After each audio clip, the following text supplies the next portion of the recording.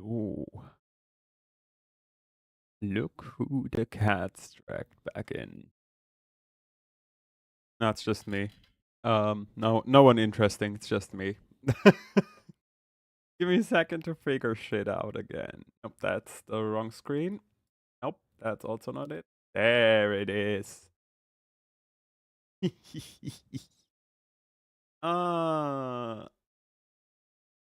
work. Yes. Hello. Is it me? Or I feel like my sound is a little bit low, is it? Let me fix that. Test. Oh, no, that's peaking.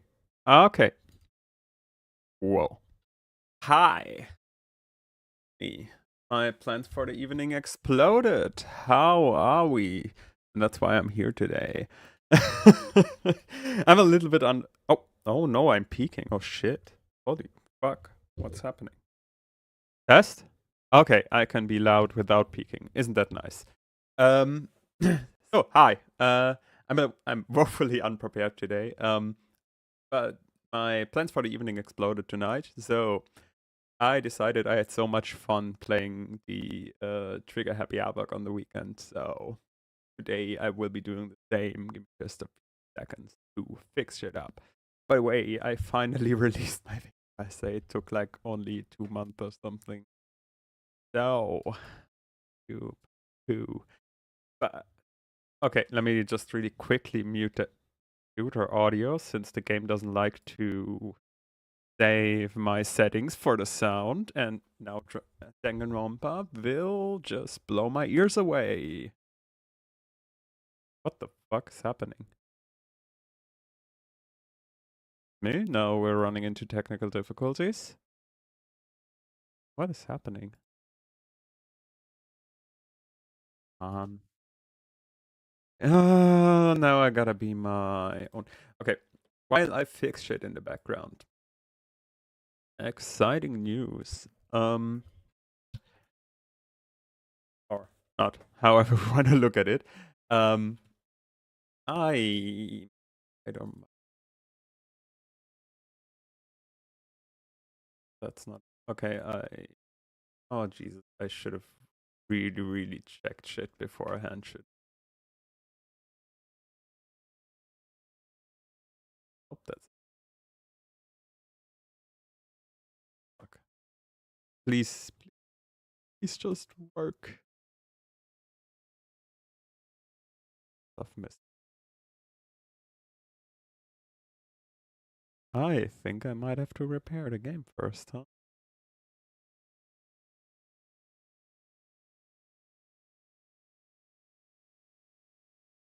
Oh no, I think I found it. As per usual. I hope you can forgive me for for taking a little moment beforehand. That wasn't planned. Last time I started, it worked fine. I have no idea what's going on. No. Like, fun part is, I know why a lot of games aren't working right now on my PC. I lately tried to expand my C partition and corrupted my games drive, but that was before I installed Danganronpa, so no idea why this doesn't feel like doing it today, but always something new, I guess, to fix. Shit. Oh god, I should have really checked before going live. Come on, I'm in for some really bad voice acting of myself tonight. Gimme. That's the wrong folder. Well,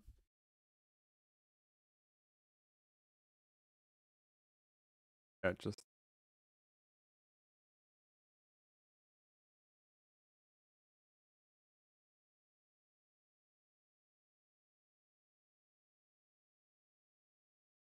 open file. Okay, uh,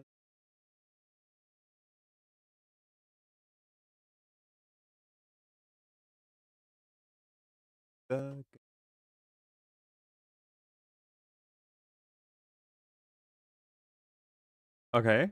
It loads. It loads. Work. Something launched. Working. Hey! Hey, let's just hope Steam wasn't being weird.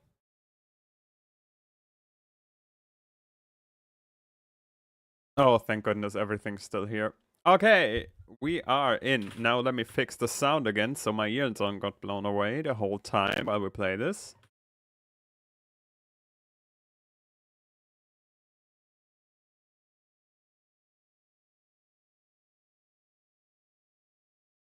Okay. Should be fine. Then let me give you some sound. Okay, and then give you something to see. Right? Hey! We did it! Took only way too long. Story of my life, I guess.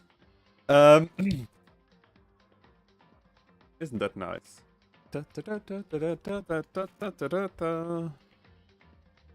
Okay, so, okay. Back to the task at hand. Okay, last time I had like I enjoyed playing this game way too much, to be fair. I had done the worst voice acting I've ever done. Since I've never done any, that was the greatest. And last time we found out that our boy 11037 killed Sayaka. I was kind of pissed off at Sayaka, had a whole rant about it, and then we start the next. The two guys whose name I totally remember. One was Mondo and the other one was Taka. Yeah. Had a slightly homoromantic sauna thing. And were then very friendly with each other the next day. And today, I think the last thing I did was basically us waking up to the fuckers teddy bear who said, oh my god, something happened tonight. Do you want to check it out? And yeah, next thing I knew was basically just us.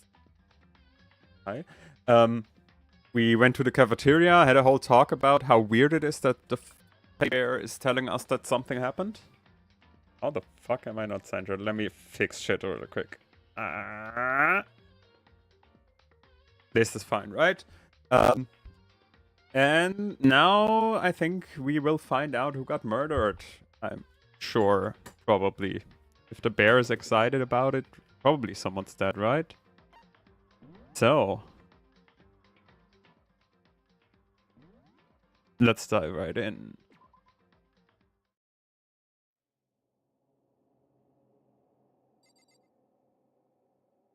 Okay, I do not remember. Just personal belongings, report cards, review of the rules. Nope, I amazingly totally remember where we were. It's empty here, so I guess we're not supposed to be here, right? Hey! You can probably tell me where to go, right? Oh shit, I got a voice act again. I knocked on all the doors, but nobody answered. Did they all go to see what happened? Oh, then what about the second floor of the school? That's the one place that's new to all of us, so it seems like a natural place for... Okay, guess we're going upstairs. I do not remember where the stairs were. Probably in the other part of the school, right? Oh, hi, hero. Weirdo. Hey, Makoto. Honestly, what do you think? Huh? Huh? About what? About Byakuya. You think he's brainwashed or what? Huh? I don't know. You know more about that kind of thing than me, right? What? What's that supposed to mean? Well, I mean, you're some kind of psychic, right? Listen, Makoto. I think you've completely misunderstood. I can't talk. Completely misunderstood what it is I do. Okay, listen. Whoops, I clicked. It's totally different from brainwashing or hypnosis or any of that pseudoscientific bullcrap. I need you to understand that. So you expect me to think fortune telling isn't pseudoscience, but I don't want to get yelled at. So, okay. Hero being weird as ever. Oh. Were those yellow stripes always there? Oh, there's the upstairs. Okay, where are we going? There's someone around here I can talk to?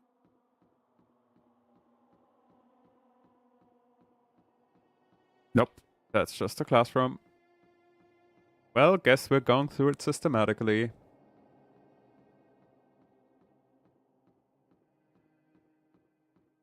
Let's start in the swimming pool.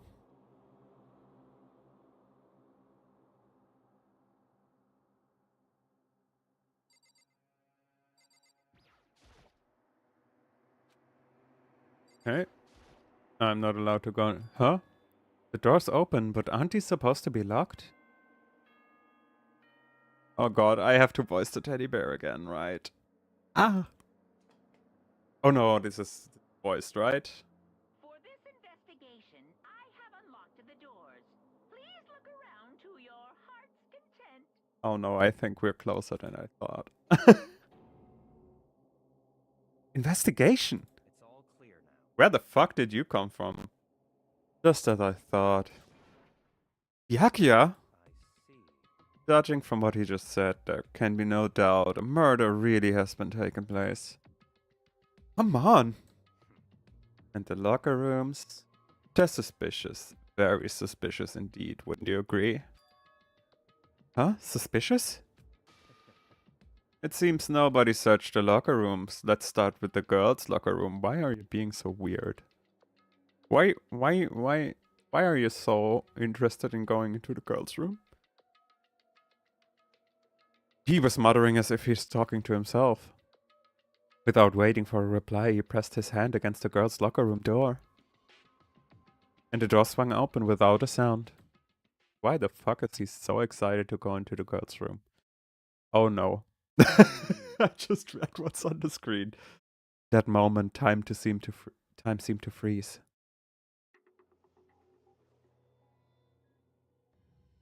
Oh no, I liked her.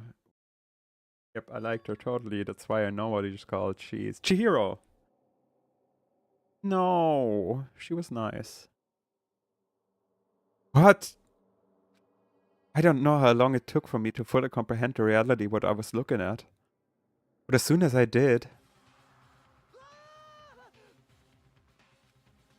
a wild, almost primeval scream escaped my mouth.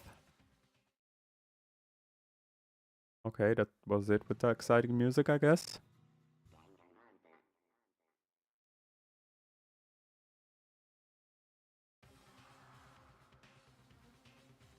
I tried to suppress my screaming, but it was useless. It surged out of me like water from a spring gushing out of the ground. Byakuya, on the other hand, Very strange. most unusual, don't you think? I mean, what else would you call it? He was totally calm, almost like he was watching this all in front. It is really hard to think right now, almost like he was watching his... Good evening, me. Almost like he was watching this all unfold in front of a TV screen. I see. Look, Chihiro's corpse has been suspended somehow. And something's been written on the wall in blood. Bloodlust. Such a brutal way to kill someone. No, this is beyond brutal. Wouldn't you agree? They killed her. How could it not be? Oh, that's me. Whoops. They killed her. How could it not be brutal? No, that's not my point. This murder is far too bizarre for any everyday amateur to have committed it. Unlike Sayaka, this murder was not a crime of passion or necessity. Interesting. It's almost as if whoever did this did it for fun. You see what I mean? Don't you? What? My head was swimming. I was still reading, too confused to understand what he was just trying to say. And before I could even begin to clear my head. Hey, I heard screaming. Did something. He said it best. Chihiro? A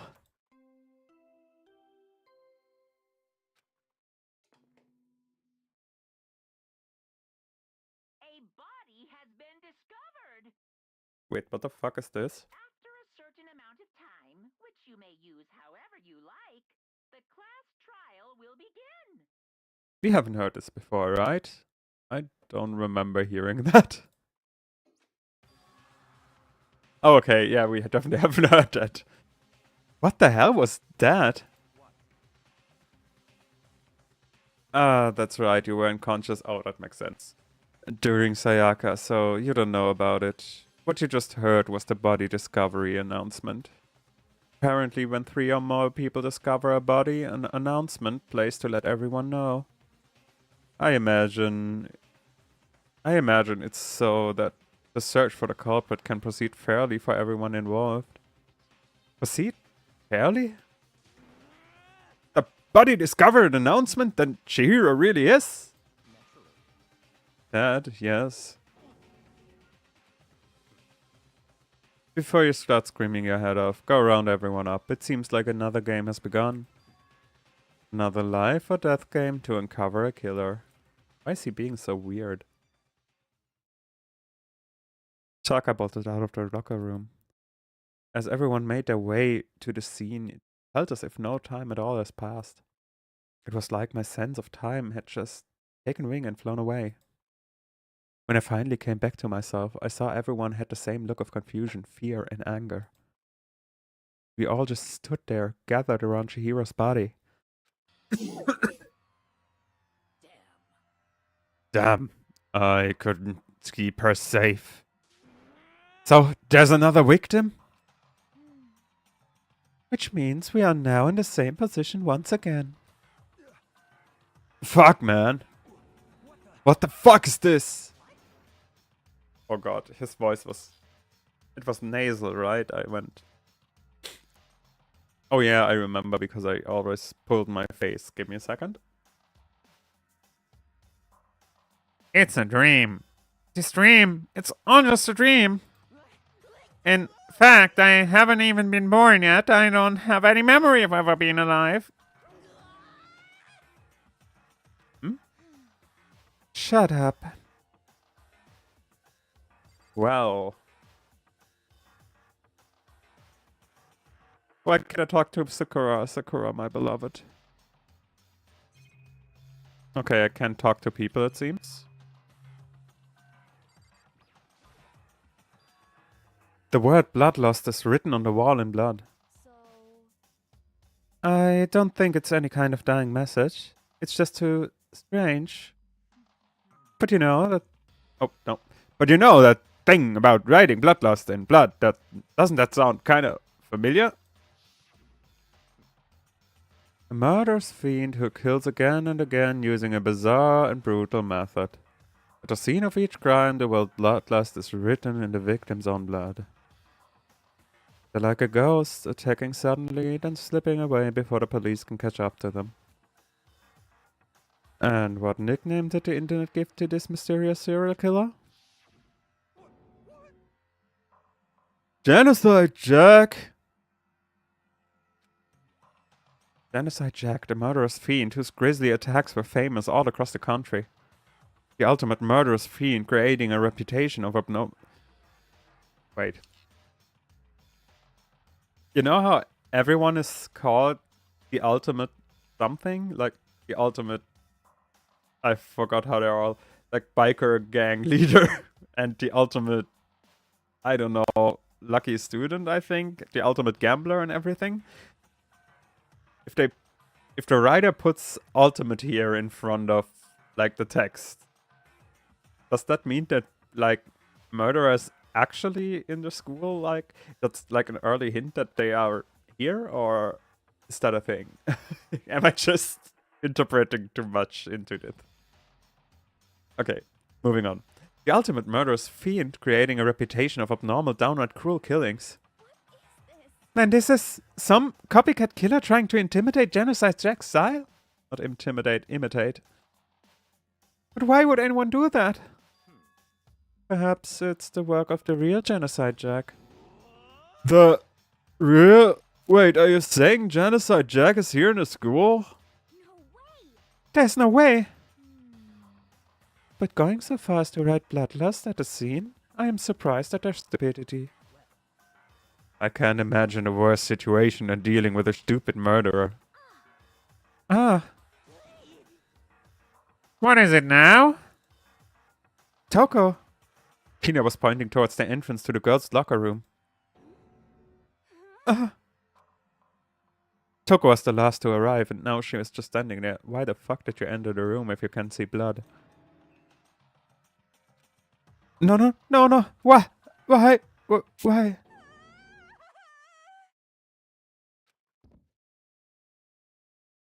Well, that was predictable. She fainted? That does not sound good. Toko! Hina rushed over to the collapsed Toko and started trying to shake her awake. Toko, are you okay? Come on, wake up. Oh, that's right. I just remembered what she said about how she faints anytime she sees blood. So, she's hemophobic? I imagine she does not watch many horror films then. This isn't a violation of the rules, right? I mean, technically she passed out somewhere beside her room.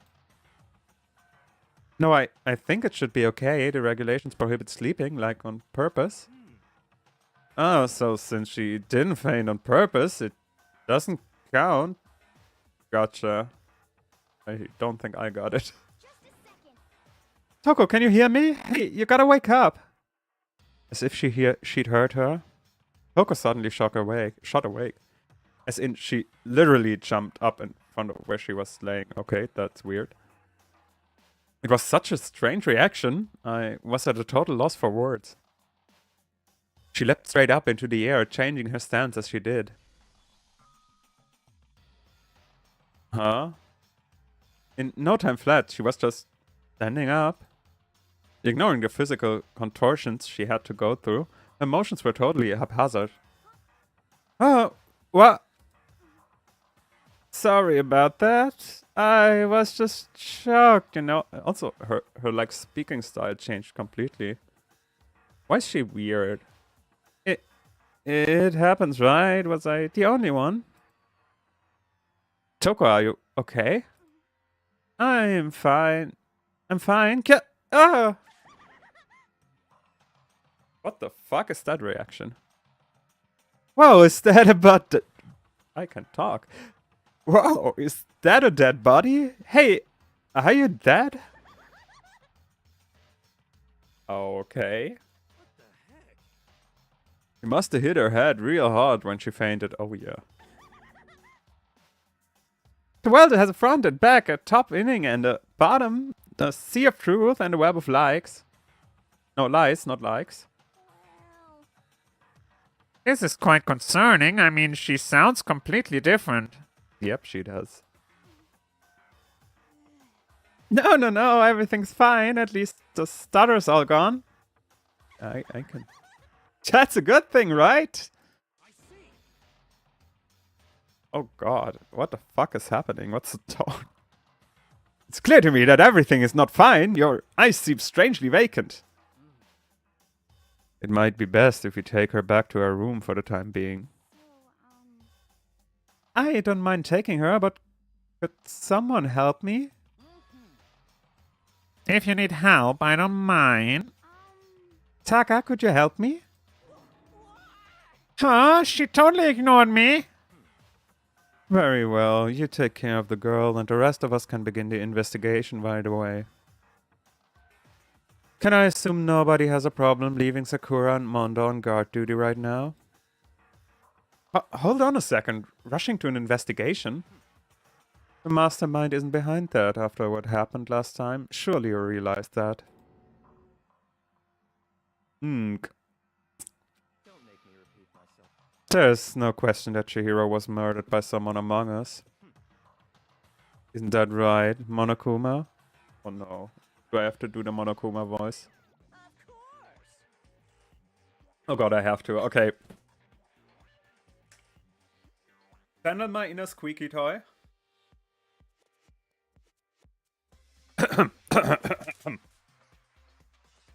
Right as rain. But don't take it as a bad thing. It's just a fact of life. Because that's how graduation works. Then it's happened again? Is that what you're saying? That another one of us killed? A fellow classmate? Does that freak you out? You guys got no balls, you know that? Is there just nothing down there at all? Well, I'll let you pray to mine if you want. Actually, I don't have any either. Sorry. Stop monologuing and give us what you came here to give us. You did bring it, right? I sure did, chum. Allow me to present the next Monokuma file. I know how much you must be looking forward to it.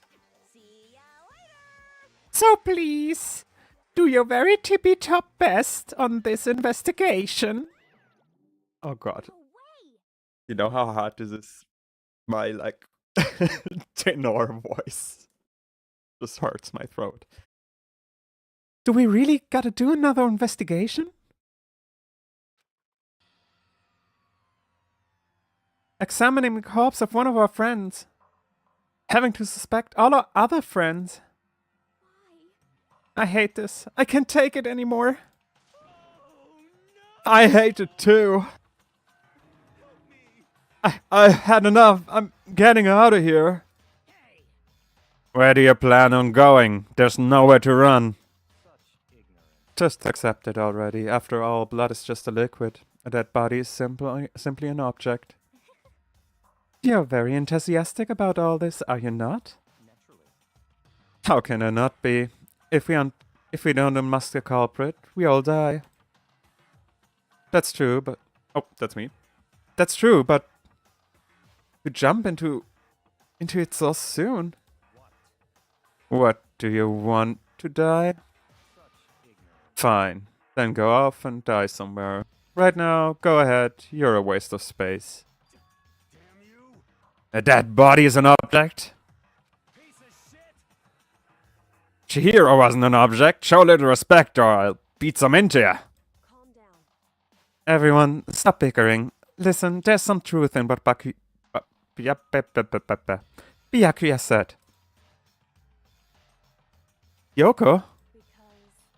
If we don't solve the mystery and find the killer, our own lives are in the forfeit. There's a weird space there. And if Byakuya is right, that Genocide Jack is somehow the one who killed Chihiro, then unless we do something, more victims could start piling up. Forget more victims. If we mess this up, we're all dead meat. Oh no. Hold on. If that's what you worry, you don't gotta worry any longer. In any one killing game, the guilty party may only kill up to maximum 2 people. What? I don't remember any rule like that. I just came up with it. I mean, if one person went around and killed everyone, your lovely student life would be all over, right? The new rule has been added to your regulations menu. In that case, why not limit it to 1 person? Well, in a good mystery, you don't want to miss out on at least the potential of a serial killer angle. Just one would totally murder that possibility. Punishment is waiting for you. Farewell for now. I'll catch you guys at the class trial. I can say I understand his thinking, but if we can kill up to 2 people, then one more person's life could still be in danger. Interesting. Which is definitely not good. We need to uncover the culprit before something else happens. You son of a bitch! You need to shut the fuck up! Well, for now, Taka and me are gonna drop Toko off at her room. Nice, I'm gonna get dropped off. Yeah, she totally changed. I have a feeling where this plot is going, and I'm not sure I like it. We have no time to stand around. We must begin our investigation. I can't speak French. Tosui? Did I do good? If we do not solve this mystery of who killed Chihiro, then we all quickly follow her into the afterlife. That's true. I hate this, but if I want to survive, me and everyone else, we have to do it. We don't have any other choice. Okay. God, the investigation music slaps though. First of all, I'd better check the Monokuma file to see exactly what's going on. The victim was Chihiro Fujisaki. The time of death is estimated to be around 2 a.m. The body was discovered in the girls' locker room on the 2nd floor of the school. The cause of death was a blow to the head with a blunt object. She was killed instantly. That's all it says. Well, it's not like there's any point in complaining about it. No matter what, I gotta do what I gotta do. Monokuma file number 2 has been added to the truth bullet section of your handbook. Hey Makoto, do you have a second? Huh? Did you need something from me? Naturally. Of course. Life without purpose is quite dull, you know. So, what do you need? I'm going to let you cooperate with me during my investigation. This guy's a dick. Huh? What? I'm purchasing your talent. Purchasing your talent. The same talent which allowed you to solve Sayaka's case. Solve? No, I just... Stop talking. You seem to have some limited use, which is why I've chosen you.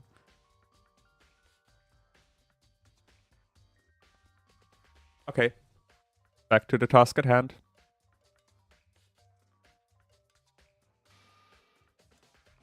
You have to honor the contributing. You have the honor of contributing to my investigation. So you're inviting me to come with you. You're doing it in the most arrogant way possible, though. Let's go. Now then, shall we get started? But we need to get moving. There's no time to be standing around. Why are you so sus? But it looks like I'll be working with Byakuya on this one. Okay. Why are you being weird, sir?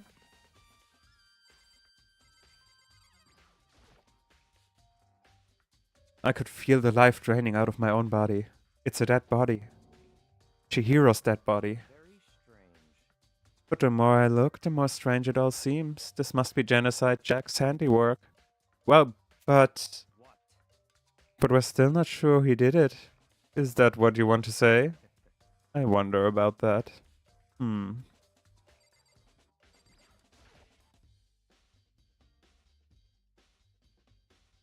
There's a dumbbell on the floor. And is that a bloodstain? There's a bloodstain on the dumbbell.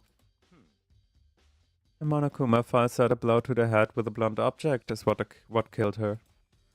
Does that mean this dumbbell was actually the murder weapon? Oh, that's me. Whoops. Does that mean that this dumbbell was actually the murder weapon? That's right. I don't imagine it could have been anything else. Locker dumbbell has been added to the truth bullet section of your handbook. There's a lot to look at. The word bloodlust is written on the wall with blood. What's the meaning behind it? Bloodlust? Nope. Wait, aren't we in the ladies' room? Yes, we are. Wait, we were... Oh god, this is like 5 days ago. I think we were in the boys' room before, right? And I think this poster was in the boys' room. Huh? The poster got some blood on it. It must have happened during the murder.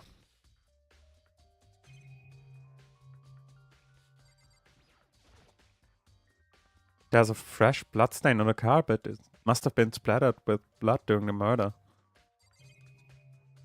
What else did I miss? Yeah, there's another camera. I don't think this will give me anything new, but just check. A surveillance camera. The mastermind must have been watching Chihiro as Chihiro was killed. They know what's happened and they're still forcing us to go through with this. Sakura, talk to me, my beloved. I use this locker room all the time. Now it's become the site of Chihiro's death.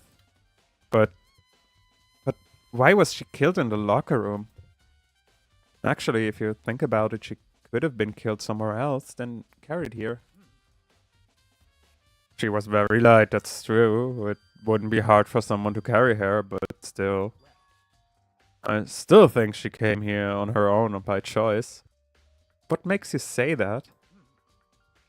She'd been talking a lot lately about how she wanted to get stronger. So you're saying she came here to exercise? But according to the Monokuma file, apparently she was killed around 2 in the morning. Would she really have been exercising that late? Hina or myself are usually in the locker room during the day, so she was probably avoiding it then. Avoiding it? Although we invited her to join us more than once, she never showed up. Oh, I understand. Oh. Yep. I've been in the same shoes. I still don't like exercising where other people are. Although we invited her to join us more than once, she never showed up. So I can only assume she was trying to avoid us. And instead she came to exercise in the middle of the night. Right. Perhaps, but it's difficult for me to imagine she would have come alone. She did want to start exercising, but she specifically mentioned she couldn't do it by herself. She needed support from others. So you're saying she could have come here in the middle of the night to train in secret? But that she also would have come with someone else? It's a possibility, I think. Sakura's account has been added to the truth bullet section of the book. Hey, Mondo. Dude had a real complex about being weak. You heard Chihiro talk about it, right? I need to get stronger. Yeah, I do remember she said that more than once.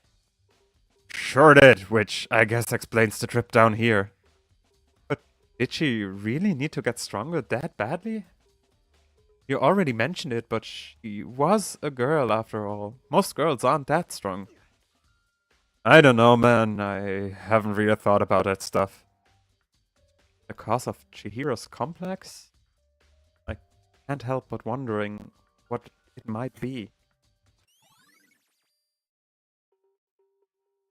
I will see. Mondo's account has been added to the truth bullet section of your handbook. No, I believe it's about time for us to move on. What the fuck's your issue? I'm not your, like, I don't know, errand boy. Huh? Already?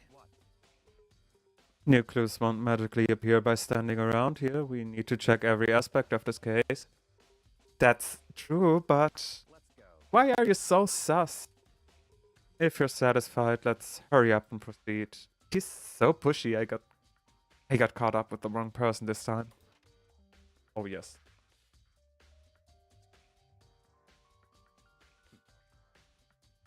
So this is our next location. Huh? This place is related to the investigation? Figure it out yourself. It's no fun if you don't, right? Why are you being so weird, sir? You're weirder than usual. Usually you're just a dick, now you're weird and a dick. Okay, I have to figure shit out now. Is it boards?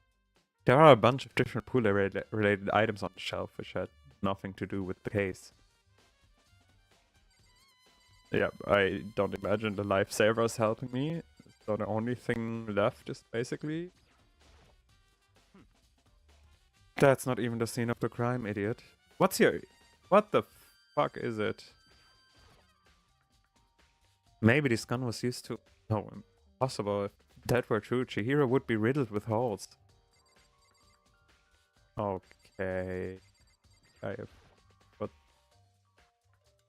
If I remember right, this card reader is meant to work with our handbooks, right? Do you have an issue with it? If so, you should take it up with Monokuma. He said that then quickly and sharply... Oh, I can't read as per usual. He said that then quickly and sharply clapped his hands together. Oh no, please don't. You called for me? Has he been domesticated? That's right. It seems that Makoto has a question for you. Sure, what's up? Well, it's just about that card reader. Yes, the card readers have all been designed to interface with each of your e-handbooks. Why can't I read? You can only enter the locker room corresponding to the genders listed in your individual handbook. And it's impossible for two people in a row to go through while the door is unlocked, correct? If there were some sort of erotic terrorists on the prowl, why the fuck is this game so oversexualized?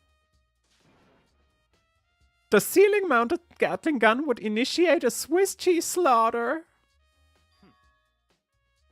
And the school regulations prohibit anyone from lending someone else their handbook, correct? Correct. So, then... That means only girls can go into the locker room, and only boys can go into the boys' locker room. In other words, Chihiro's body being found in a girl's locker room means...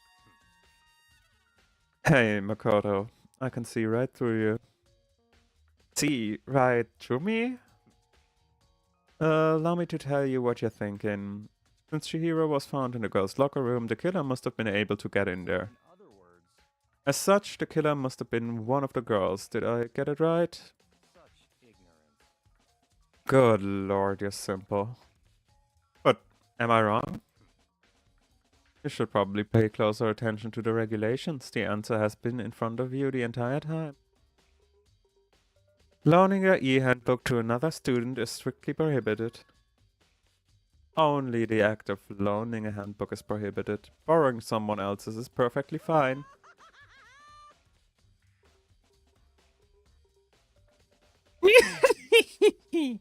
I would expect nothing less from the prodigal son of the noble Togami family. So you managed to sniff out the loophole in the regulations. Knowing you, I would bet you created it on purpose, didn't you? To add a little more excitement to things. You're treating me like a puny little appetizer instead of the main course that I am. Now then, since the dead can actually talk, they're not people anymore. They're things. Get it? Got it? Good. Wait, hold on. You're saying that's a loophole, but in order to borrow something from someone, then that means someone would have loaned it. So, So sleepy. Just listening to you makes me want to pass out. Be more like Byakuya and get your poop together. Or else I charge you with criminal negligence. what the fuck are you talking about? No more questions. Figure out the rest on your own damn self. That's fine. Well, I know you're unfortunately lacking in mental faculties. Fuck off. So I'll fill you in myself. Let's head to the main hall. The main hall? That'll help you understand what's going on. Card reader has been added to the truth bullet section handbook. Why is everyone so weird? Coco, Byakuya, the bear. We came to the main hall. So what are we looking for? I think we are looking for what I found in the beginning. I remember that there was like a post box thing. Does that mean I have to figure it out myself? Where was it? Left? No. Ah, there it is. There's a mailbox here. Could there be something inside? It's an e-handbook. No, wait, there's 3 of them? But what are they doing here? So you finally found them. Huh, did you know these were here, Byakuya? I happened to find them by chance myself the other day. It seems there's a system in place where the handbooks of dead students get delivered to this mailbox. So then these three handbooks belong to Junko, Leon, and Sayaka? Oh, sorry, Junko 0... No, what was it? 30113? Oh, Leon is 70113. I don't care. You can go ahead and confirm it yourself. I immediately turned on one of the handbooks, and when I did... Sayaka Maizono. You're right, that's the Sayaka's handbook. Now, do you understand? This is the key to the loophole that I revealed earlier. Yeah, I feel like I'm starting to get it. You should pay closer attention to the regulations. The answer has been right in front of you the entire time. Why do I need a flashback? This happened like 3 minutes ago. Loaning your e-handbook to another student is strictly prohibited. Only the act of loaning a handbook is prohibited. Borrowing someone else's is perfectly fine.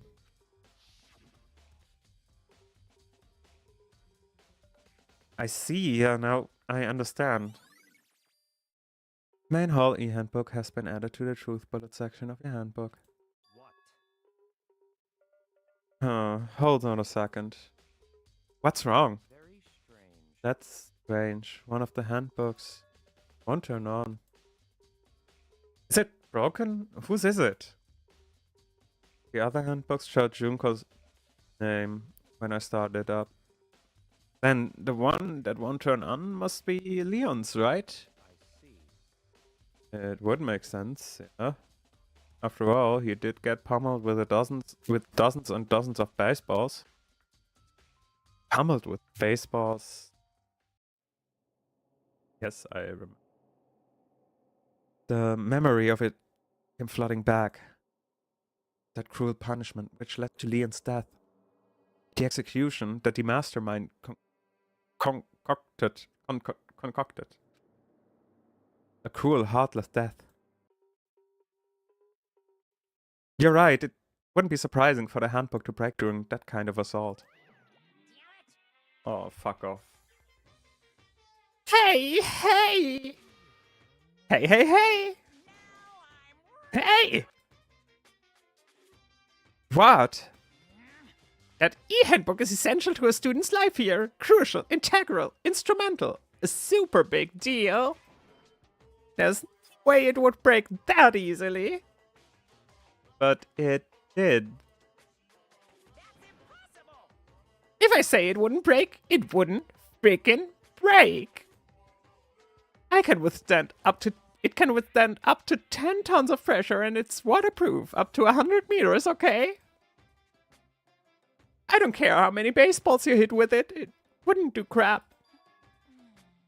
Oh, but, even my amazing handbook does have one single weak point.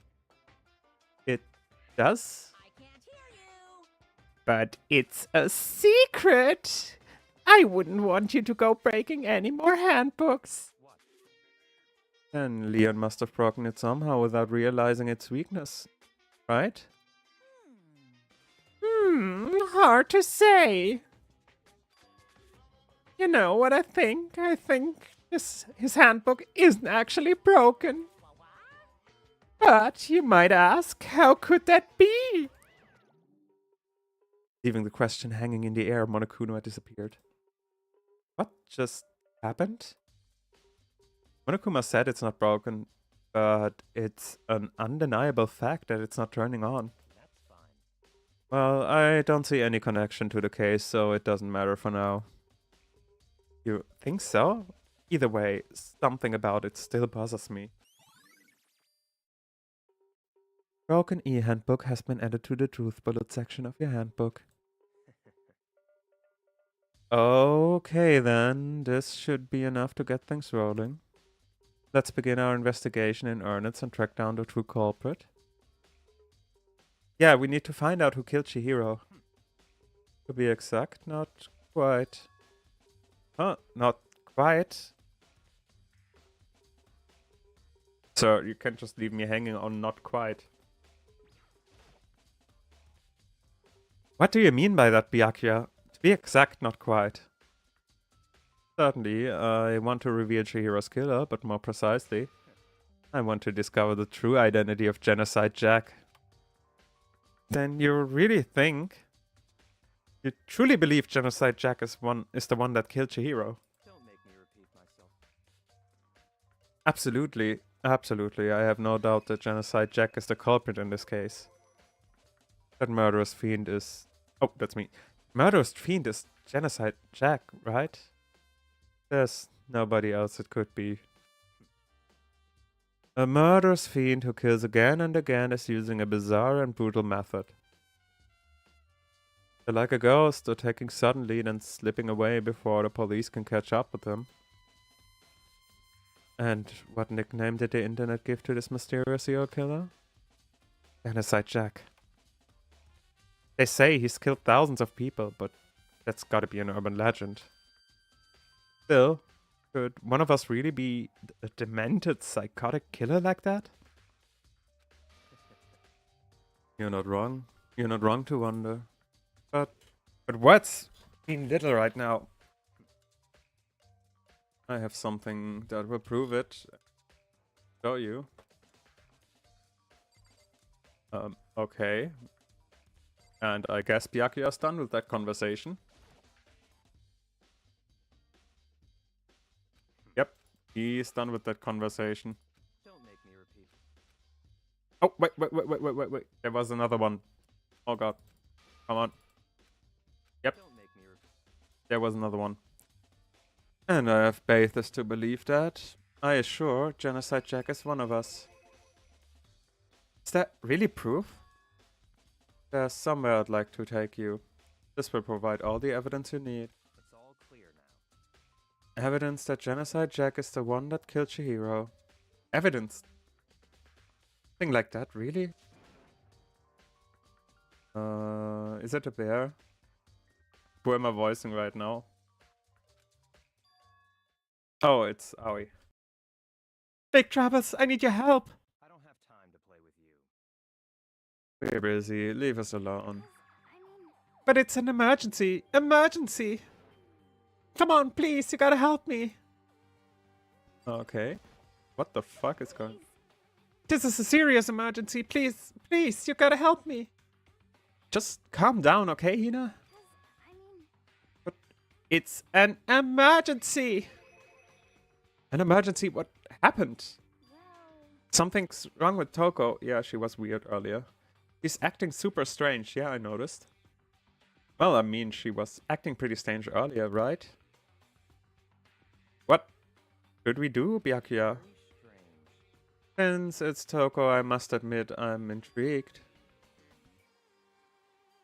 What the fuck? You always try to be as far away from her as possible. Why the fuck are you intrigued now? Sir.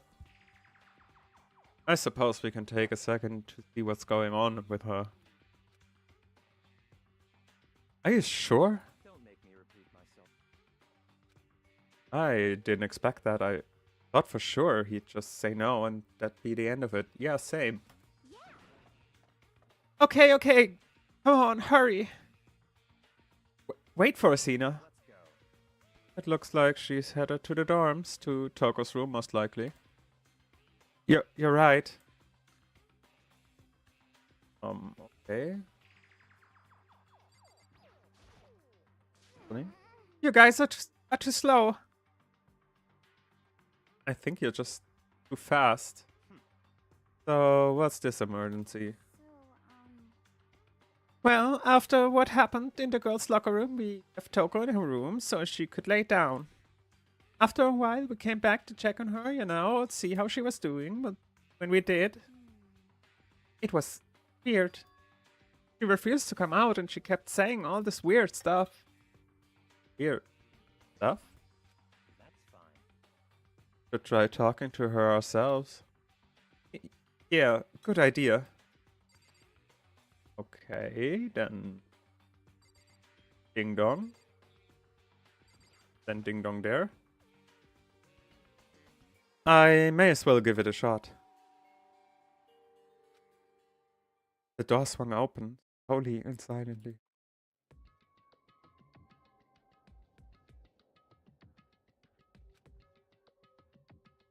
Click. An aura of negativity flowed out from behind the door, forcing a gasp out of me. What?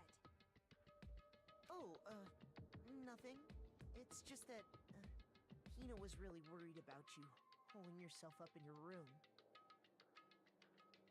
Leave me alone. Yeah, sure thing. But could you open up just for a second? Won't allow it. Okay, at least she's back at her own talking habits. Her old, not her own. Won't let Genocide Jack have control.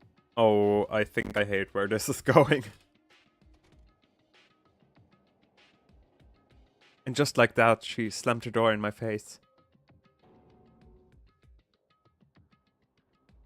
What was that? She's been acting like that the whole time when I rang a little while ago.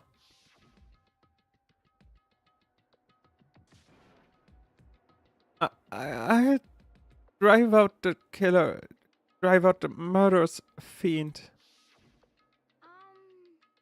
It doesn't make any sense, right? I was afraid to leave her in there alone, so I tried to bust down her door.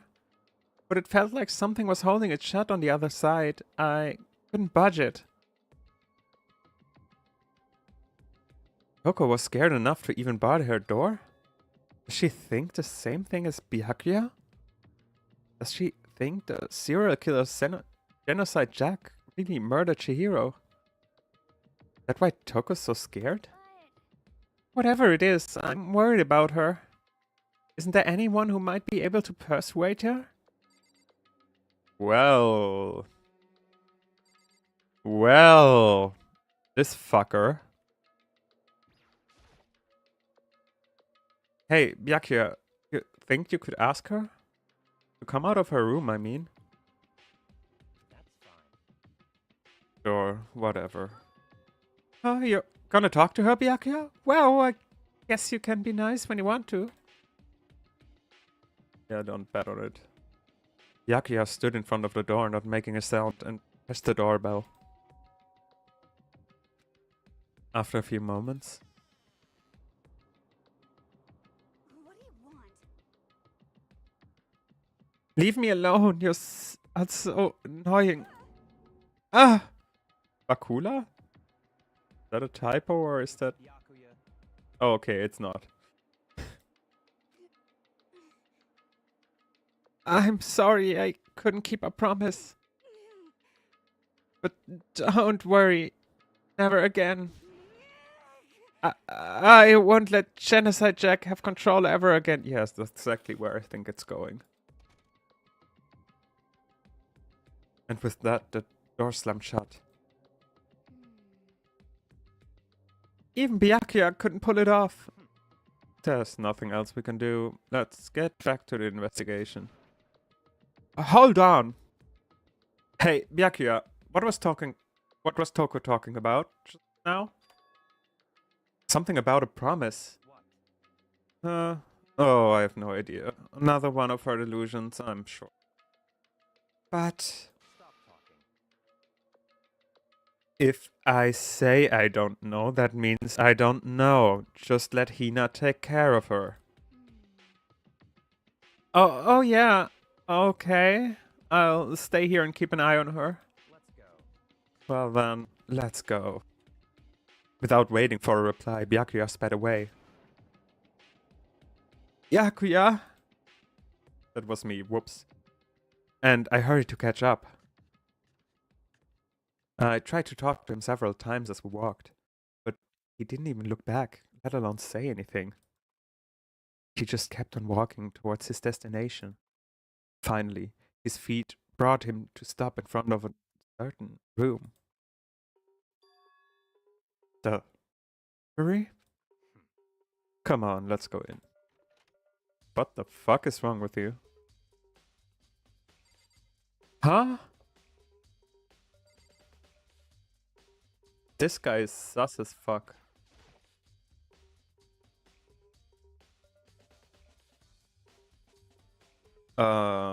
Is this the evidence that proves it was genocide, Jack? Really in the library? Don't make me repeat myself. Don't make me say it again. Okay, what didn't we look at so far? Oh, it's the bookshelves again. There are no clues there. We need to check elsewhere. God. Fucking dick. Oh, by the way, wasn't there a laptop? Huh.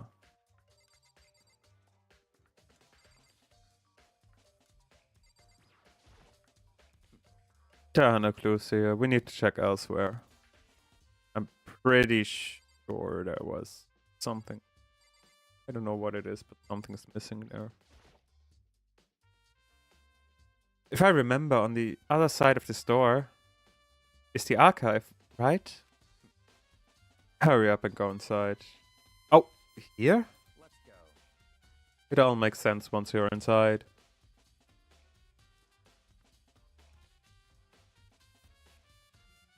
Whoa, there are so many books and files. And so much dust too.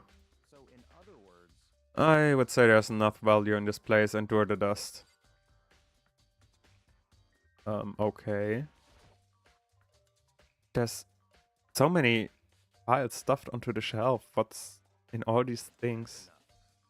These documents are dangerous. Dangerous? They detail all the people who control the world from behind the scenes. Dangerous truth for a commoner. You mean like members of the Diet or something? Huh? Of the Diet? That's like a thing that I don't understand because I'm not British enough to understand. Or no, I mean ones with real power, the secret council controlling everything from the shadows. What the fuck is going on? If you're ready to be disappeared for it, take a look. There are some very interesting people in here. You're kidding, right? Am I? I'll just let it go for now. Okay, there's a lamp. Oh, it's a desk lamp. Oh yeah, it's the same one I saw Byakuya using in the library before. what? Do you have a problem with that lamp? It was here before, then I moved it over there. It's too dark over there, so I thought I'd put it back to use. Well, I got a coin. Okay, there's more shelves. This shelf is stuffed tight with files. Without really thinking about it, I picked one at random. Ah, you have a sharp eye indeed to select that file. Huh? That's right. That's the report on a presidential assassination. The original is kept in the National Library. It won't be declassified for another 30 years. Are you sure you want to take a look at it now? There is no telling whose crosshairs you might wind up for peeking in it. Without making a sound, I returned the file to the shelf. Okay. There's a ton of thick files stuffed onto the bookshelf. If you're thinking of looking through any of them, let me give you a little warning. Those things are filled with graphic, disturbing photos from all kinds of crime scenes. It's the kind of thing any normal person wouldn't ever want to look at. Be careful. I mean, I've seen like 2 dead bodies up close now. Huh? What do you mean? All those fights are investigation reports related to different cold cases. Those are internal documents for police eyes only. They're not only the kind of things you'd expect to leak. Oh. That would be helpful right now if we're suspecting that the serial killer was doing shit? No? Okay. I guess not. There's a thing I haven't looked at. There's a wooden box. It's empty. Thank you. Although, judging by the smudges in the dust, it looks like there was something inside. I wonder what it was. There was an extension cord plugged in there. It proved very useful while I was in the library. An extension cord, huh? So, are you finally beginning to understand the true splendor of this library? The entire reason I was interested in this library is because of this room right here. Interesting. It's home to classified government document, police reports, things no ordinary person would ever see. Isn't it magnificent? This can't be for real, right? Such ignorance. That's your guys' problem. Anything that doesn't fit in your perspective, preconceived reality, you label it a lie. Well, it's not that. It's just not like I totally refuse to believe it, but I mean, there's just so much. How could anyone have put this all together? I suppose it goes to show just how much Mob's Peak truly wields, or perhaps the mastermind may have wanted to provide us with enough entertainment to keep us from getting bored. It's no use. I can't keep up with all of this. Unreal. What's wrong? You still can't believe it? What about you? How can you believe it so easily? Things like that are usually impossible. What do you mean, usually? Usual, normal, ordinary, simple. Those things don't exist anywhere in the real world. If you don't understand what they actually represent, you don't understand the nature of anything. You don't pull your punches, do you? Besides, what you consider usual is based on your common sense, right? But what makes you think your own common sense applies to me at all? The documents gathered here are genuine. I have reviewed them multiple times, so there's no doubt. Hold on a second. You're saying you've read all these documents and more than once? But all this has to be top secret, confidential stuff, right? So why?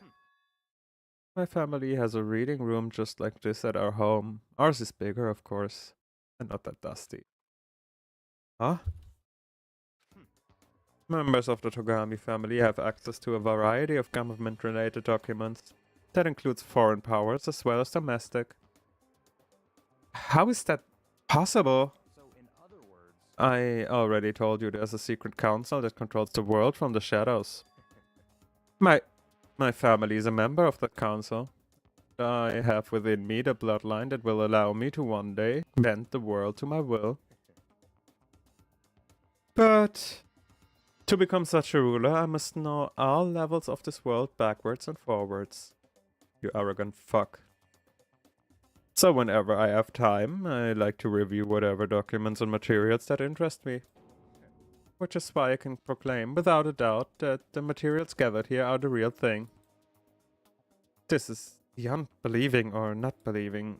Yakuya's actually starting to scare me more than the actual mastermind. No. And what always interested me the most were the cold case police investigation reports. Reading through those reports has always been a hobby of mine. Since I was little. It's an excellent mental exercise. I've solved more than a few of those cases just by reviewing the reports. And among all of those reports, one of my recent favorites is the Genocide Jack case. As he talked, Byakuya grabbed a specific file from the shelf. that's right. This is the complete case file. Every single report surrounding the Genocide Jack case has been compiled in here. Because there are so many, allow me to quickly summarize the main points. To begin, there are two notable characteristics in every Genocide Jack murder. The first characteristic is that at every crime scene the word bloodlust is written in the victim's own blood. And the second is that when the victims are murdered, their bodies are suspended in a certain way. Bloodlust is written in blood and the victim's body is suspended? It's exactly the same way as what happened to Chihiro. Save your surprise, the best part is yet to come. For the second characteristic, where the victims are suspended, the only ones who knew about that particular fact were members of the police and other higher-ups. By all accounts, nobody in the media ever found out. Huh? In other words, no one on the news, no one online, nobody knew about the aspect of each crime. Only key officials and the killer himself knew about this act of mounting the victim. Now, if you recall Chihiro's corpse, her body was most certainly mounted in this fashion. So, how could the killer have known about suspending the victim? That's right. Well, that's a key question. But in fact, the answer is quite simple. So, in other words, The culprit isn't a copycat killer, it's the real Genocide Jack. in other words, That's right, the evidence that Genocide Jack has hidden himself among the rest of us. Then Genocide Jack really is? Such a brutal and fiendish killer really is walking around among us? interesting. Things are really starting to get interesting, aren't they? I never imagined a killer with such a reputation would ever become part of our little game. Now, don't you think it would be good for you to take a look at what I've already seen? You might manage to ferret out a clue or two. Such ignorance. If you get down to your knees and back, I might even let you— oh, fuck off, sir.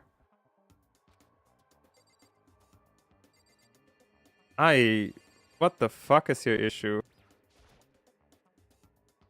But yeah, about that Genocide Jack case file. Did you let me see it? That's fine. Well, you didn't back, but I guess it's okay this time. Feel free to look at it here, but you can't take it with you. You can tell me what you do, motherfucker.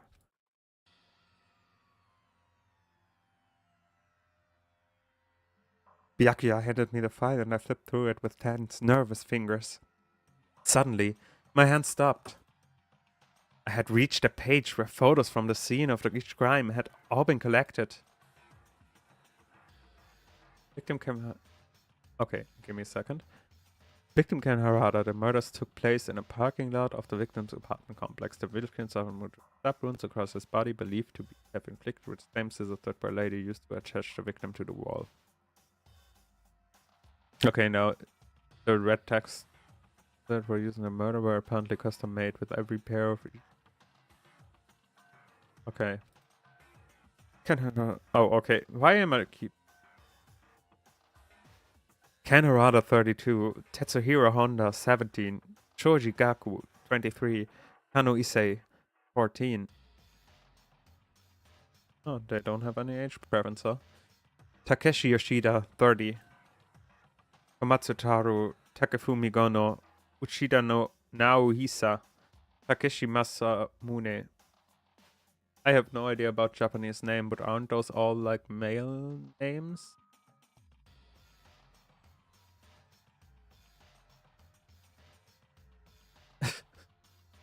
Hello. And yep, indeed. There was no end to it. But one thing became perfectly clear as I read. All of the killer's countless victims were killed and suspended in exactly the same way. And at the scene of every murder, the word bloodlust was left in the victim's own blood. Now, take a look at the next page and you'll find another interesting tidbit. The next page?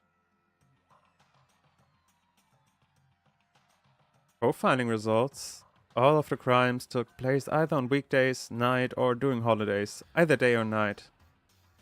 The most common time for killings to take place was on holidays in the afternoon. Based on these facts, it should be suggested that the suspect may be a student. Evidence suggests that the suspect lingered at the scene, but when they did leave, they were in a panic. Because an eyewitness has never come forward, it's unlikely that there was a certain reason for this. This confused behavior suggests that the suspect may potentially suffer from dissociative. Oh no! Oh no! Can we stop having that representation in D&D? Please, can we not? Oh no! Oh no!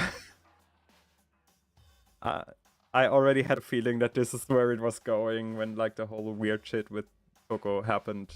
But oh no. But I think I will be fucked. So in other words, The key point here is that the culprit may well have a split personality. A split personality, like the kind of thing you see on TV? So I'm part of another totally unbelievable story. But this one's more unbelievable than anything else though. Or maybe it really isn't. I don't know. I feel like my mind has gone numb. A check case file has been added to the truth bullet section of the handbook. let's go. Alright, we should get going soon. Huh? Where are we going? Anywhere but here. We finished our business here, haven't we? Sir, you're so sus. Oh, wait, Byakuya. Okay, that's great. That not only I am uncomfortable right now, but it seems like people who are actually fans are also uncomfortable with it. As usual, Byakuya turned and left without another word. I hurried out of the library. Catch up. Well, this is where we part ways. I have some things I need to take care of before the class trial. Huh? Just all of a sudden like that? I don't have time to play with you. Come on, enough of your annoying oh Jesus Christ, words are hard. Misapprehensions! Did you really think we'd be together the whole time? I mean, you pretended like it would happen, but hey, I'm not complaining. Take responsibility for yourself and do something useful. Move the investigations forward on your own. Goodbye. And just like that, he was gone. Just as quickly as he'd asked me to join him, he'd cut me off. In the end, I felt like I was just some playthings getting tossed around. At the same time, I'd uncover some really important clues thanks to him. Genocide Jack. He's the one that killed Chihiro. And that murderous fiend is one of us. But who is it? Oh, come on, isn't it obvious by now, sir? I have to find it out, no matter what it takes. And to do that, there's somewhere I have to go investigate one more time. I have to go back to the crime scene, the girls' locker room. I should also check the boys' locker room too. And the others might have come up with some info I might find useful while I'm at it. I need to find out everything I can. Okay, guess we are going fast as feck. Back in here. Okay, yep. Hello, sir. When did you show up? Oh fuck, I forgot that I have to do the annoying voice. Ding, ding, ding. Nee, that's not it. Is another try? Ding, ding, ding. Hifumi has discovered evidence revealing the identity of the culprit. I feel as if Another stat increase for me. Evidence? What did you find? I cannot reveal that just yet. But I guarantee that what I found would steal the killer's breath from his lungs. You're sure about that? Oh yeah, Miss Ludenberg said she'd witnessed something worthwhile too. Now I'm drifting into Monokuma. Jesus, what is happening with my voice? Really? What did she see? Well, thank you for being very helpful.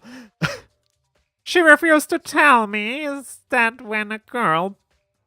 It's like when a girl bullies the boy she likes, right? Right? Okay, so where is Celeste now? The warehouse by the dorms. She was there, but at the same time, not there. What the fuck? What's it gonna be? Okay. Weirdo. And second of all, where the fuck is the warehouse? I don't remember this at all. Oh, panic. Ah. Okay. So, male room, women's room, warehouse. Let's go. Sakura, my beloved. Always. In this Twitch channel, we stand Sakura. Chihira's presence here was especially weak. Her body and her soul. To target such a helpless being is unforgivable. What a wretched beast would do such a thing? I cannot forgive this. I cannot forgive this. Fuck. Sorry, my microphone peaked. But it's Sakura. She's worth it. Hey, Kyoko, have you made any progress on your investigation? Generally speaking. But I have to get going. I have something unrelated to take care of. Something besides the investigation? Oh, that's me. Whoops. Something besides the investigation? What is it? Nothing you need to worry about. Just concentrate on the murder. But before I go, let me give you one piece of advice. You should examine Chihiro's body one more time thoroughly. Also, her handbook is missing. You might want to determine its whereabouts. That's it. I'll be praying for your success. With that, Kyoko turned and left the girls' locker room. I guess I'll take another look at the body then. And Chihiro's handbook is missing? That's definitely worth worrying about. Chihiro's handbook has been added to the truth bullet section of your handbook. The investigation song is still a bop. Kyoko said I should examine the body one more time. I know she said thoroughly, but I do have my limits. Well, I better give it a shot anyway. Let's see. Chihiro's hands are bound with what looks like a kind of rope. The rope was used to prop her up in a kind of crucifixion position. Crucifix position. Huh? This rope has a plug? Wait, so then this isn't a rope at all. But the more I think about it, the more that's not the only thing that concerns me. The hero's fatal injury was the blow to the head, which means someone struck her in the head in order to kill her. That's right, there's the issue of her being suspended and a fatal blow. At first I didn't see any reason to think too much about it either. But seeing them again after looking through the Genocide Jack files, something's not quite right. Does this all mean? Status of the dead body has been added to the truth bullet section of the handbook. Well, one thing most likely to tie all of these mysteries together. The true nature of the rope that was used to suspend Chihiro. And to figure that out, there's a certain place I need to revisit and look over again. Plus, it might help to look at the Genocide Jack case Genocide Jack case file just one more time. Why am I running back and forth again? Hey, have you something new to say? Nope, that's the same thing you said before. There's something else new? Good. There's nothing else new I can look at. Wait, there's more I need. What? Okay, then let's go look at everything again, I guess. There's a bloodstain on the carpet. It could only have been caused by Chihiro's murder. Yes, I know. There's a big bloodstain on the dumbbell. There's a big bloodstain on the dumbbell on the floor. That's a bit clunky. The Monokuma file said it was a fatal injury. It was caused to the... Yeah, we know this already. We read this already. Yes. What else haven't I looked at? And look at Bloodlust again, I guess? The word Bloodlust is written on the wall, just like in all those genocide check cases. At every crime scene, the word Bloodlust is written, the victim's own blood. Okay. Should I look at Chihiro again? What's your... No, that's also... Okay, now I'm confused. Yep. Oh, wait. I should look at a... Do I have that, like... Do I look at a file from, like, here? Nope, I cannot. I thought I was smart. I guess I was not. Okay, what the fuck else haven't I looked at? I have talked to Mondo. I can go there. Yep, that door leads out to the pool. I know. I can look at a poster again. It's the bloodstained poster. The blood is the most noteworthy part, but the big-breasted swimsuit model is pretty noticeable too. Girls' locker room doesn't seem like the kind of place you'd find something like this. Okay, I looked at everything again. Okay, now I'm allowed to leave. Sure. Well, confusing enough, I guess.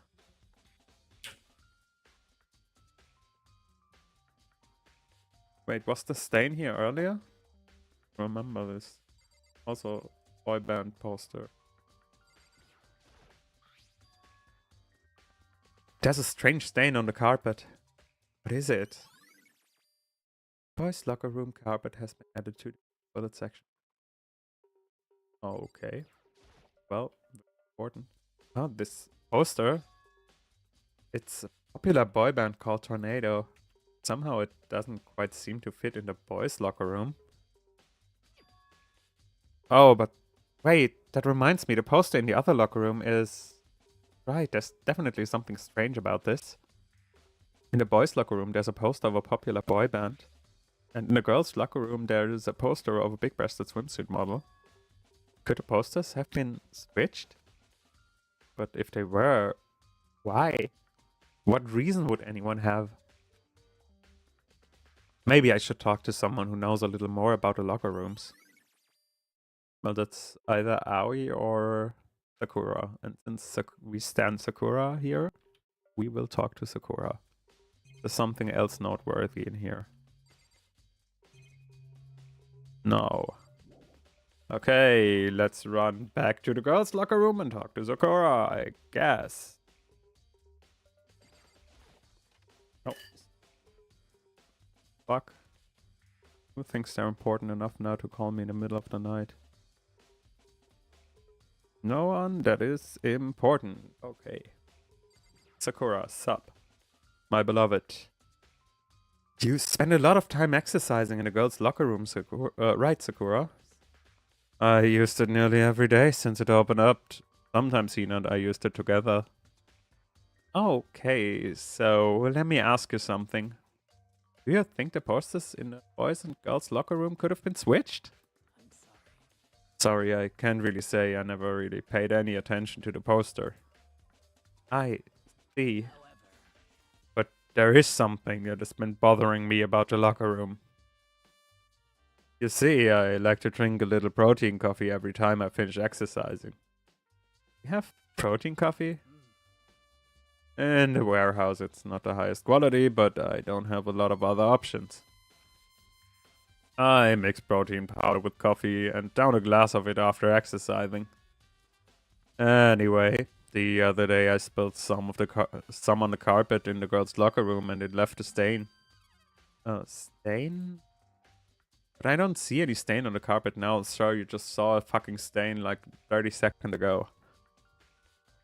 Hope speak truly for the smartest and brightest. Of course. Exactly, I noticed it earlier. The stain has disappeared. I can only assume someone came along and cleaned it up.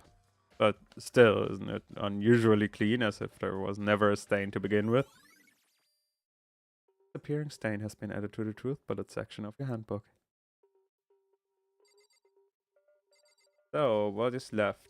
Warehouse. Now I have to figure out where the fuck the warehouse is.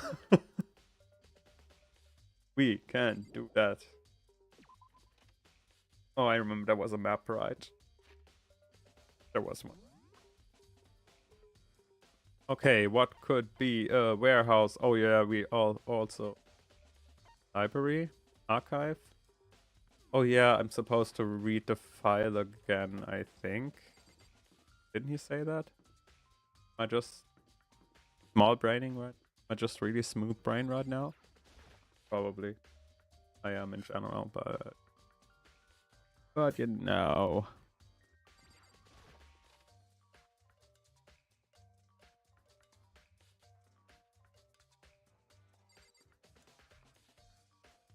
Yep, where did I find the case? Was there, right? I want to take another look at Janet Jack's case file. I know it around here somewhere. Huh? It's gone. Did someone take it out of the archive? The only one who would do something like that. I can't think of anyone but Takia. Okay, it's gone, I guess. Oh, no. Nope, that was not. I thought I could look at the thing as something else that's weird. Let me look at the lamp again. The desk lamp. Byakuya grabbed that one thing over here and put it over there. Sure, it's dark over there. The wooden box is empty. The extension cord was in there before. Okay. Well, thank you. Very helpful. Great that I came back here. There's something like... There's a thick layer of dust on top of the desk. Maybe there's some kind of clue here. Guess not. Okay, guess we're leaving. Oh, there's still more to check, I guess. I can look at the letter again.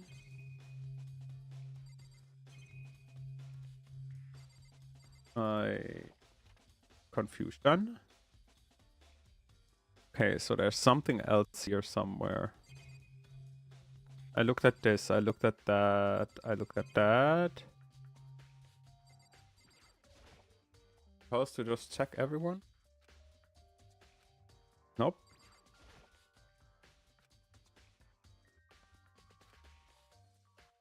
Become the card? Nope, I'll leave it where it is, thank you very much. Nope, that's also not what we're looking for. That's where we...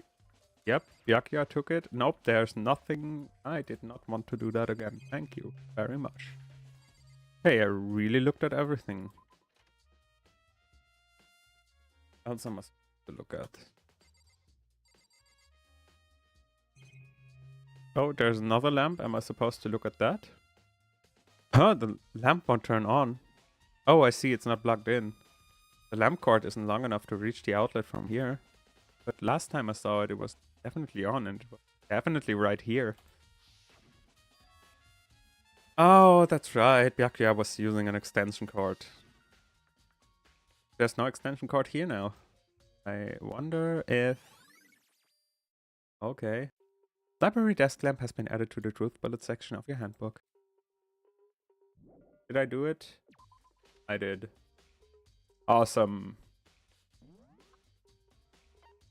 Wait, why does it say there's still something there? Okay, doesn't matter. We have to find out where the fuck... That's the... Nope, that's also not what I'm looking for. That's the gym.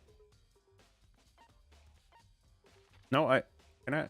How do I get... Okay. Plan B. It's not here, right? No, nothing looks like...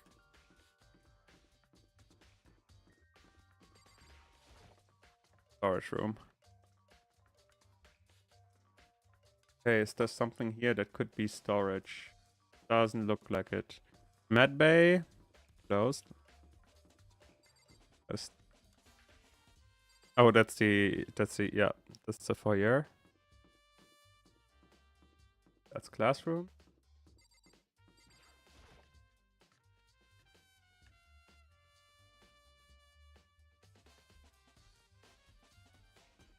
Oh, yeah, okay, there it is. There it... Oh. Almost passed it. There was a, like, gothic lady that wanted to talk to me here, right? Yep. Celeste, what are you doing here? This warehouse is amazing. It has absolutely everything one might need to live a full life. From food, to clothes, to towels, there's an endless supply to choose from. I see that, but have you found anything related to the case? Most unfortunate. I knew you were going to ask me that. I thought talking about the warehouse itself might misdirect you, but I see it was pointless. Then you did find something. Very well, I will tell you, and only you. Naturally. Last night I saw her here. Chihiro was in the warehouse. What? Really? Indeed. This was right before nighttime. What are you doing out this late? Oh, I was just. Are you planning to go exercise, perhaps? What? How did you know? Because I can see a blue track jacket sticking out of that duffel bag you're carrying. Oh, you're right. Thanks. Well, I'd better get going. I'm kind of in a hurry. It doesn't tell us much except that what we expected anyway, right?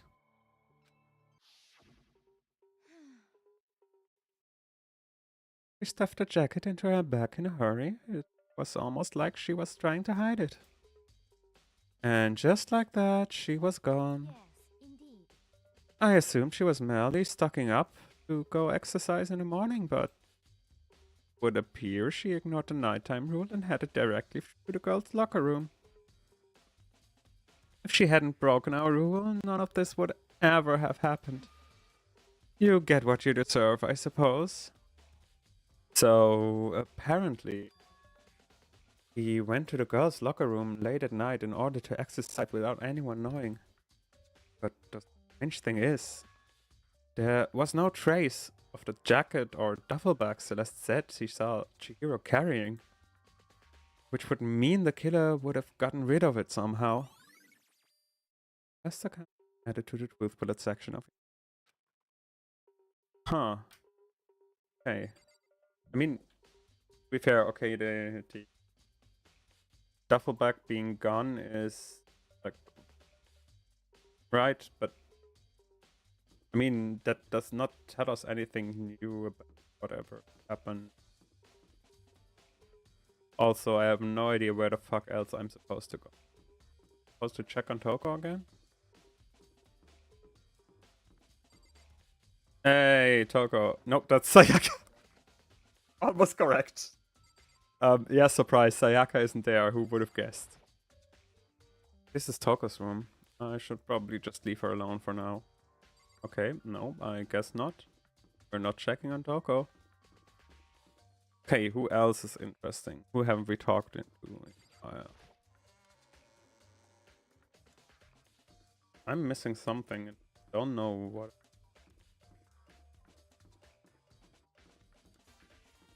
Rest us up.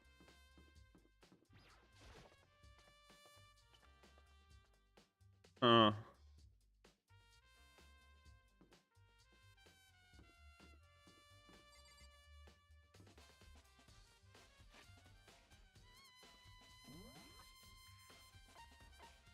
I mean, it still gives me like an exclamation mark here. Oh, what? Whoops. What is it? But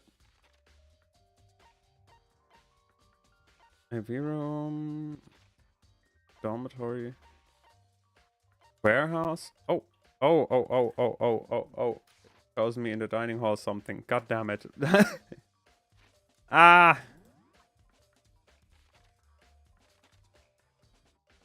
And let's go to the dining hall. What Aoi has to say. I like Aoi.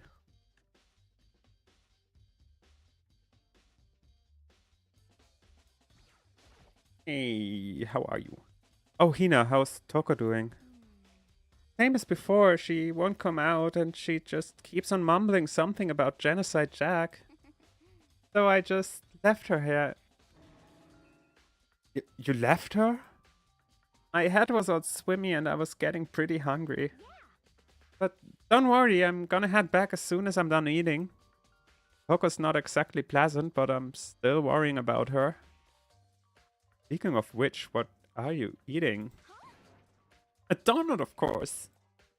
Of course. There's two things I'm sure God created. Outer space and donuts. Really? But that's a weird conversation to be had.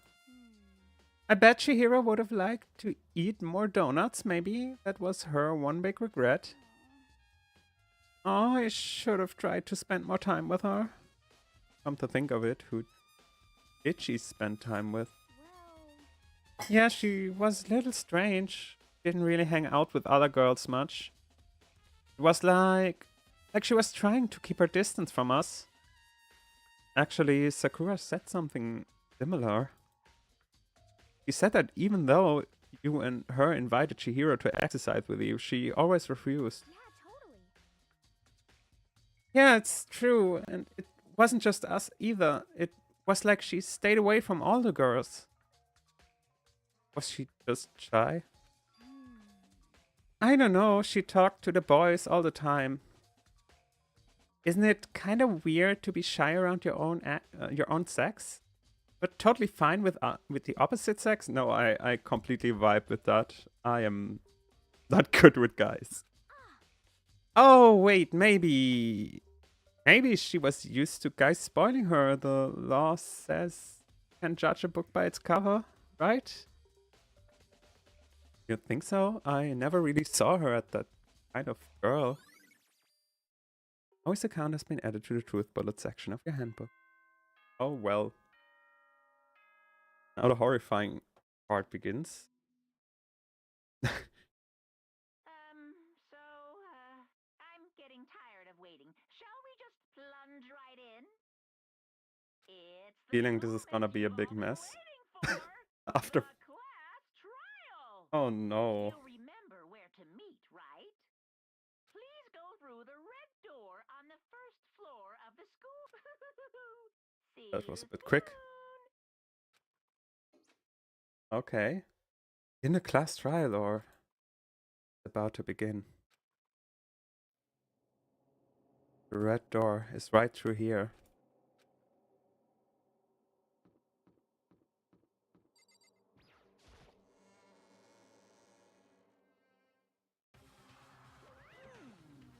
Oh god. Don't make me do the Monokuma voice again. Ah! Hey, worst voice acting ever. So is everyone ready to... What? Am I blind or are we missing someone? Yeah, Toko's not here. And Toko is... You really don't remember? Kidding. I'm just kidding. How could I forget that little nutjob? She's a crucial part of this class trial this time. What are you gonna do? Okie dokie, I'll go ahead and track her out here, kicking and screaming. Just one moment, please. And just like he said, a few minutes later, he reappeared, dragging Toko behind him.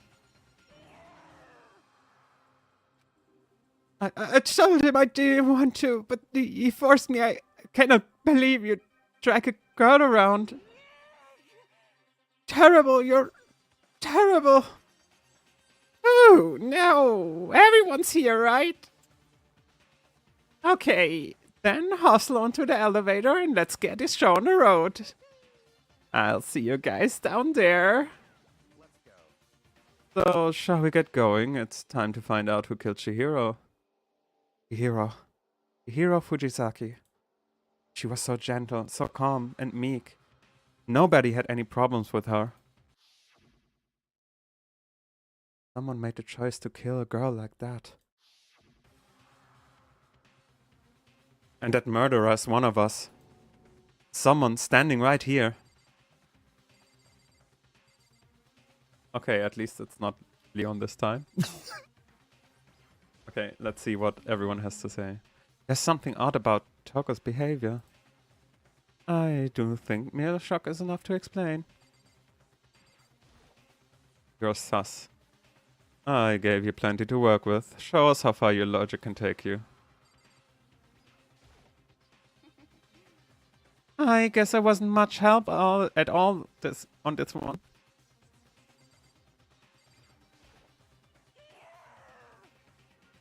Thank you for your contribution. Hey, come on. Fucking Toko, man. What's got her worked up? Whoops. Very sad. Miss Fujisaki, I admit for being 3D, she was quite remarkable. Stop being weird. Of course, just the idea of 3D makes me cringe. Oh god. You're the worst. I don't know why the killer did what they did, but I'm sure it'll work itself out. Justice always prevails, right, bro? Oh yeah, they have their like homo-romantic bromance over there. Shall we go? Thank you for your contribution. Sakura, my beloved. I will uncover the villain who preferred such heinous acts on a weaker individual. You ready? We ain't doing this. Okay, then let's go. We have no choice, right? We have to do this. Yes. I gave a small nod in reply. With one last deep breath, I can't talk. I walked toward the elevator on shaky legs. With each step forward, I could feel my heart starting to race faster and faster.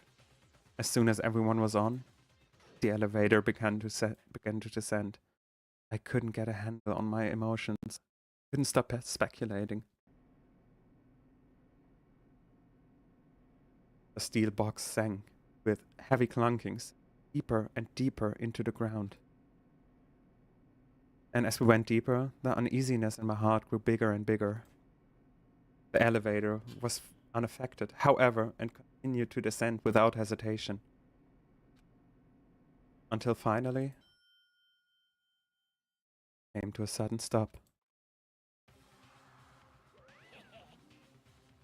Oh god. Oh, don't make me do one again. What do you think? I redecorated. Isn't it so fresh? Isn't it exciting? Don't waste our time with this stupid question. Let's get this over with. Good, good. You're rip-roaring to go. Gotta say, I don't hate it, not at all.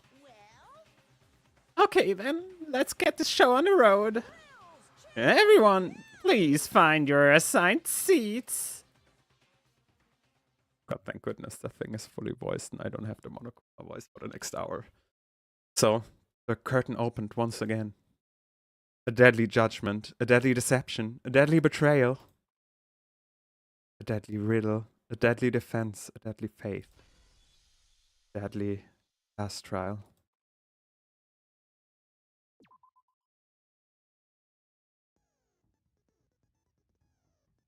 Oh yeah, I still don't really get how skills work, but hey, just put everything I have. And yeah, sure, put that in. Everything, go. I think that's all I have. Then, let's go, friends. This will only be an absolute mess by what? Ah, Let's begin with a basic I saw. class trial. So, your votes will determine the results. If you can figure out who done it, Should I put it louder? Do you hear fine? punishment. Since I want to voices the next hour. Except for my comments to what's happening. Everyone besides the blackened, and the one that deceived everyone else will graduate. Maybe put it a little bit up. So, first off, let's talk about the murder weapon. First, we have to make clear what was used to deliver the fatal blow. I mean, didn't we did? No? Okay, cool. Chihiro's fatal injury. It appears it was a head wound. That's right. According to the Monokuma file, the killer used a blunt instrument. But what kind of blunt instrument could it have been? I know. What? The answer is it was a dumbbell. Sir. Chihiro's Okay. fatal Oh! injury. Whoops. It appears it was a head wound. No, that's how you make it slower. How do you make it faster? The killer used a blunt instrument. A mouse button? No. What kind of blunt I bet it was an iron pipe. Nope, it was not. No, no, no, no, no! I'm so incompetent. Fuck me. Every... Chihiro's fatal injury. It appears Okay. it was Head wound. Yep. What kind of blunt? I bet it was an iron pipe. It was not. Finally. Jesus. Can we agree that the object that dealt the fatal blow was the dumbbell found at the scene of the crime? It was covered in blood, and there was nothing else at the scene that could have caused that kind of injury. And the wound on the victim's head is consistent with the shape of the dumbbell. As far as I'm concerned, there's no mistake and no room for doubt on this one. Finally, someone looks at like the body. Looked at her head wound? This is a murder investigation. What else are we supposed to do? That's so creepy! How's that the weird part? If you don't mind, I will proceed from here. Let's move on to discussion of the culprit. Although, I believe the criminal behind this heinous act is already quite clear. What? For real? Chihiro's killer is the fiendish serial killer, Genocide Jack. Okay, yeah, that's... And... Yeah... Genocide Jack, the fiendish serial killer. Did he really kill Chihiro? A new element has been added to non-stop debates. Would you like to hear more? Yes, I have no idea what I'm doing. Please elucidate me. For this debate, lines of white noise will appear to disrupt your reaction. Your truth bullets will disappear if they hit these lines, so think of them as obstacles in your debate. But there's a way to keep this white noise from getting in your way. Press the right mouse button to attach the silencer, which you can shoot down the white noise. However, if you shoot an actual remark with your silencer instead of the white noise, the time limit will decrease, so take careful aim. So when you have your silencer out, that was not how you talk. Oh, but if your action difficulty is set to gentle, white noise won't disappear at all, thank goodness. I'm not here for the gameplay, I want to hear the mess of the story. In which case you can forget about the silencer and just focus on the situation in front of you. Well then, luck and fun.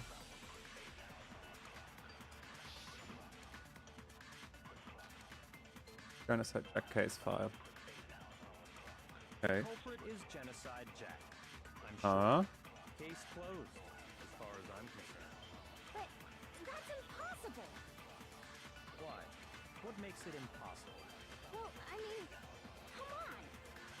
There's just no proof for it. I mean, there's some proof of it. No, that's wrong. Okay.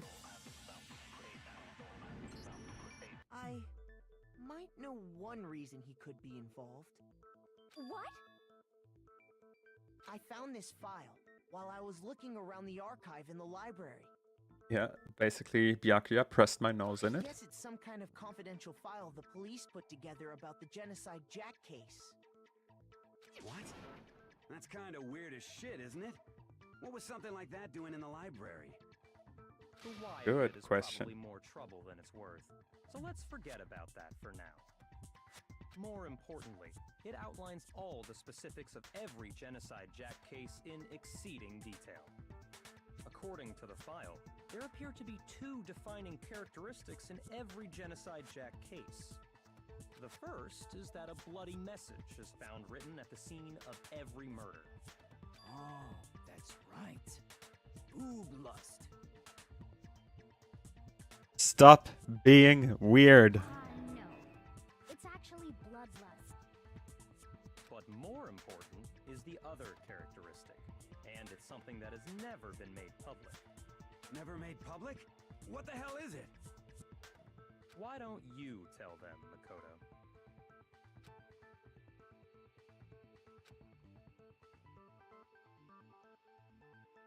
That's how the victims are. How the victim was. I got it! Apparently, in every Genocide Jack case, the killer suspends the body in a certain way. Other than the killer, Yeah. the only people who know about this are the higher-ups in the police department. However, Chihiro was most definitely suspended in the same way. No, it would. Oh, there was a difference. So, how did the culprit know about this when only high-level police officials were aware of it? Stop him, please. There's only one logical answer I can think of. It's because the culprit in this case is the real Genocide Jack. No fucking way! You're saying Genocide Jack is one of us? Yes, in fact, it's Toko. Oh, this is the part that I was afraid of. What? Genocide Jack's true identity is Toko Fukawa. You lie! What?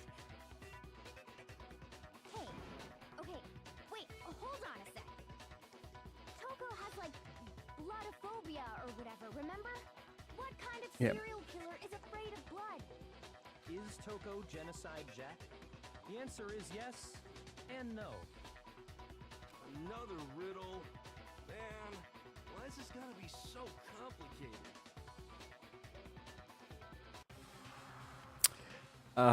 Yeah. Mhm. Oh no. Oh no.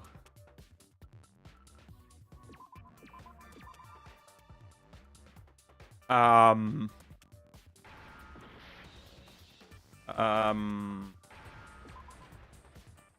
They don't, right?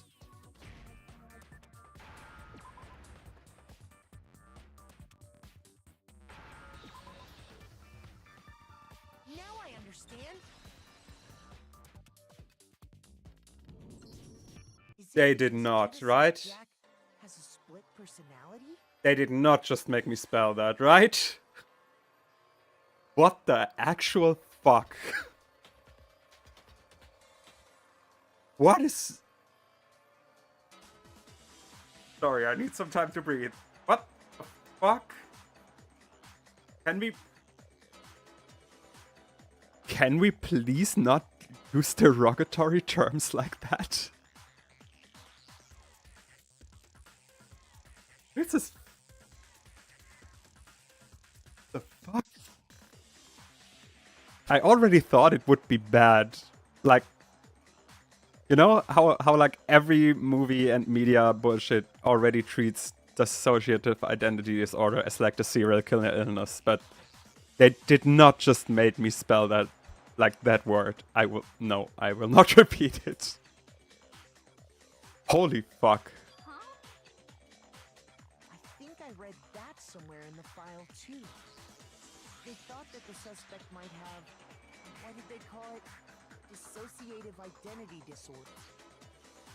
Oh, okay. But still, to go and say that about Miss Fukawa is... Sorry, I'm still speechless. Perfectly This is- acceptable. Toko's strange behavior after seeing the body is proof enough that she has a split personality. They could not just like use, if they want to use that plot, like DID and make me spell DID, right? No, that. What the fuck? I got it! You're talking about how she started acting totally different than usual, right? That's right. Think back. She fainted when she saw Chihiro's corpse, and then, when she woke up...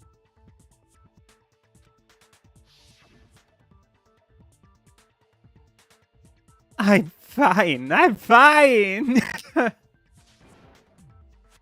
Oh, is that a dead body? Hey, are you dead? Oh god, I'm peeking. She must have hit her head real hard when she fainted. The world has a front and a back, a top and an inning and a bottom, a sea of truth and a web of lies. This is quite concerning. I mean, she sounds completely different. She was acting funny, that's for sure. That melancholy tone of hers completely disappeared. Don't go assigning adjectives to my tone without permission. Not to mention, once she regained consciousness and saw Chihiro's body again, she was utterly calm. In other words, within her is one personality that can handle blood, Okay, and one that obviously can. calm down. So when Toko trapped herself in her room, it's because she was scared of Genocide Jack?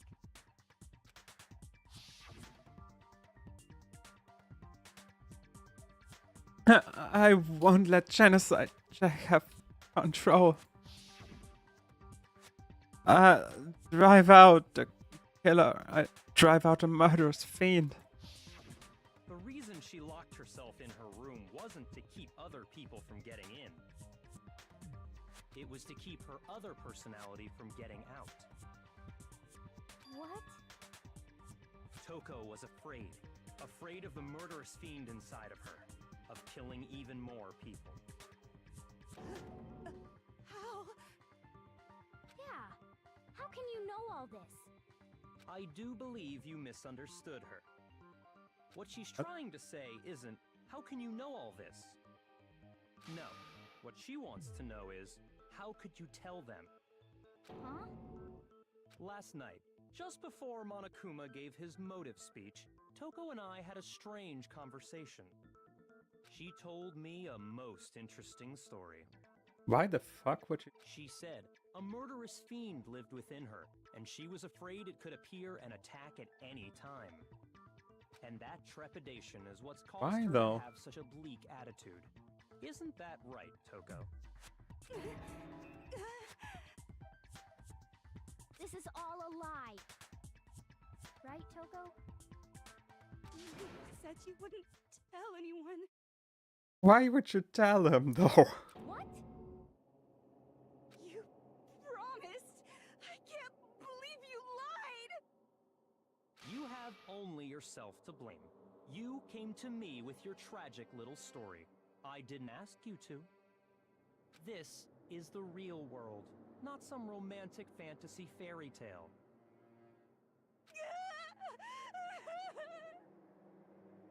Besides, you broke your promise first. Huh? You said that as long as you were here, no matter what, you wouldn't let Genocide Jack kill anyone. But in spite of that promise,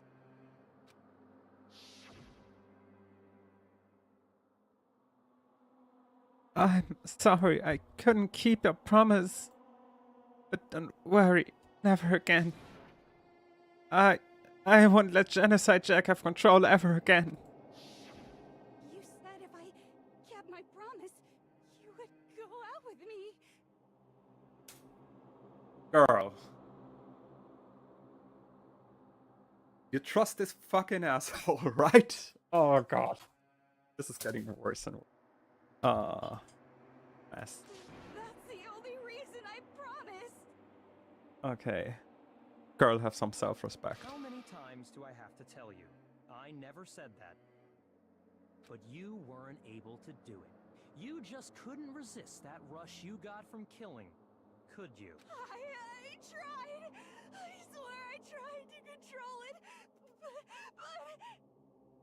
but But your efforts were useless. What a disappointment. okay. No matter how bad the representation of the ID is right now, I'm on Toko's side here. I hate you. I fucking despise Byakuya. Well, the opening act is nearly finished. All that's left is to hear from the person in question directly. The person? You Um, don't mean...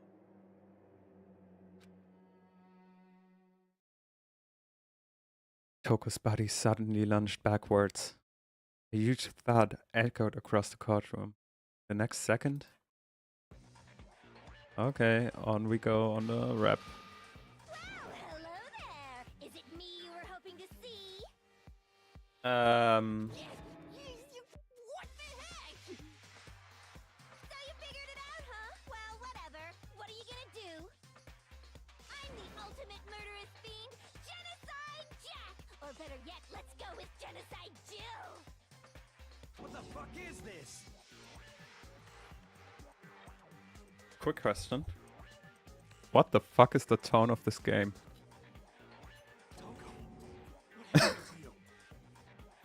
Not Toko. That's a loser name. And what happened is a textbook split personality.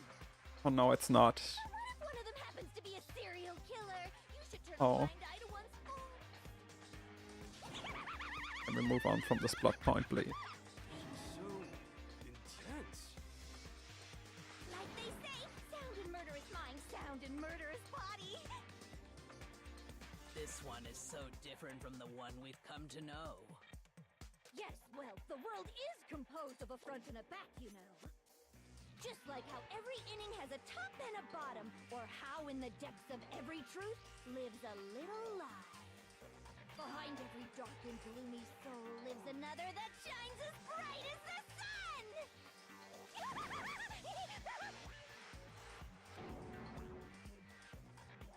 This is the murderous fiend, Genocide Jack? This is beyond insane. Miss Jack, Jill, can I ask you a question? What's up? Some of us think you might be the mastermind behind our entire situation. What are your thoughts on that? Are we doing journalism now? Well, I'll tell you. I am the mastermind of all masterminds. Just kidding. Huh? Then it's not true? Of course it's not true. How dare you try to link me to that creepazoid? And another thing, the police and government and society in the outside world are totally powerless.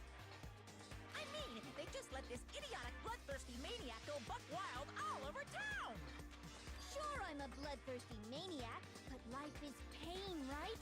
To live is to hurt other people. Uh-huh. It's a necessary evil if you want to survive. The act of living itself causes pain for everyone. Just kidding again! What the fuck is the tone here? This should be enough to convince you. This murderous fiend is responsible for Chihiro's death. There's clearly a motive, so there should be no doubt. A motive? Remember what Monokuma told us? If someone didn't murder and graduate within 24 hours, an embarrassing memory or secret would be revealed. Well, let's assume that Toko's secret was about Genocide Jack. If a secret like that came to light, Toko's life would have undoubtedly been forever ruined. So she had a very clear motive to never have that side of herself exposed. Understandable, yes. Interesting. Very, very, very interesting. But sorry, as much as I hate to admit it, I'm not the culprit. Yeah. But I cannot imagine anyone other than you could murder someone in such a bizarre Sorry, I'm a little fashion. bit. Maybe so, but nevertheless, it's the truth. Do you really expect any of us to believe you? Yeah, I could never believe a word you say, you monster. Maybe. Maybe she's totally right about that, but something's still bothering me. What she said, I need to get some more details about all of this. I mean, yes, there was a difference. Status of the dead body. Sorry, but I didn't kill anyone. You say that, but do you really expect any of us to believe it? Perhaps if you had an alibi, that would change things. Oh, an alibi, huh? Now we're talking. When you compare your past murders to this incident, the modus operandi matters completely. No, it doesn't. We are missing the scissors, sir. Like the book wrote it like 4 times that scissors were used. The same? I'm not so sure about that. I think there's a slight difference between the Genocide Jack cases and this one. Huh? How's it any different? Scissors. Oh, you don't know? Well then, human garbage, let me tell you! I murder with passion and conviction. I consider myself a professional, and I have a Yep. very particular way of doing things. Yep, it's mentioned 4 times here. Go to a fancy Italian restaurant. They're very picky about the noodles, the sauce, everything. Okay. What happened to Chihiro? It'd be like if that same Italian restaurant started using ragu or Chef Boyardee. Okay, to be fair, I respect the metaphor. This is no creation of mine. Let me rephrase that in a way that maybe makes more sense. There are 2 clear differences between the Genocide Jack cases and this one. What's the other one? There's one clear difference between the murders in the photos from the Genocide Jack cases. Look at the neck and stomach. Here you'll see the clear difference. I got it! For one, the cause of death is different. Huh? In the Genocide Jack murders, all the victims were killed the same way. According to the case file, they were all apparently killed with a pair of scissors. But Chihiro died from a blow to the head, right? Hmm? Ah, yes. That is remarkably different from the other murders. Wouldn't it be strange for someone who kills the same way without fail to suddenly change their method? And there's more. One more conflicting detail. Okay, now's the part. Which one? What is? That's right. In my recipe of murder, if the bloody message is the tortellini, then the arrangement of the body would be the pesto sauce. Okay, going on with the... Comparing killing people? Yep, please. So, are you saying the other difference has to do with how the body was arranged? That's right, the second difference is related to how she was suspended. In the photos of the other Genocide Jack cases, all the other victims were stabbed to their hands. Here you'll see the clear difference. How the body was posed. Oh, that was the same. I mean, I got it! he was scissored to the wall. Remember what the killer used to suspend her? They were all men. Do you remember when? Yeah. They used some kind of rope to hang her up by her wrists. What is your point? Well, in all the previous Genocide Jack cases, something else was used to suspend them. Specifically, pairs of razor sharps. And guess what? I used my own specially designed scissors for the murders and the arrangement. Like I said, I'm a professional, so naturally I'm very picky about the tools I use. And you know what else? Big Mac said there's 2 differences, but he's wrong. Big What? Are you referring Yeah, to me? that's what? Listen up, Big Mac. There's actually one more difference.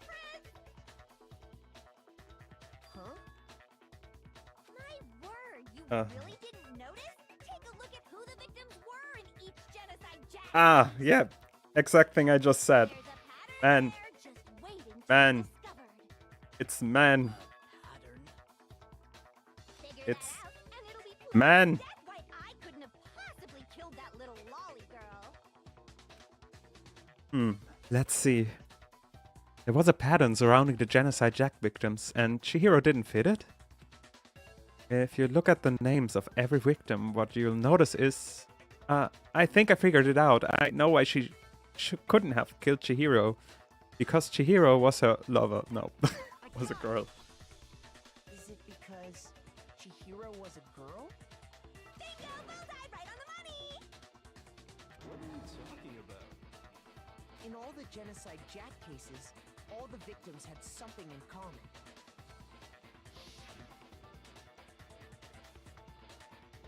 Kenharada, oh god, now mispronouncing name.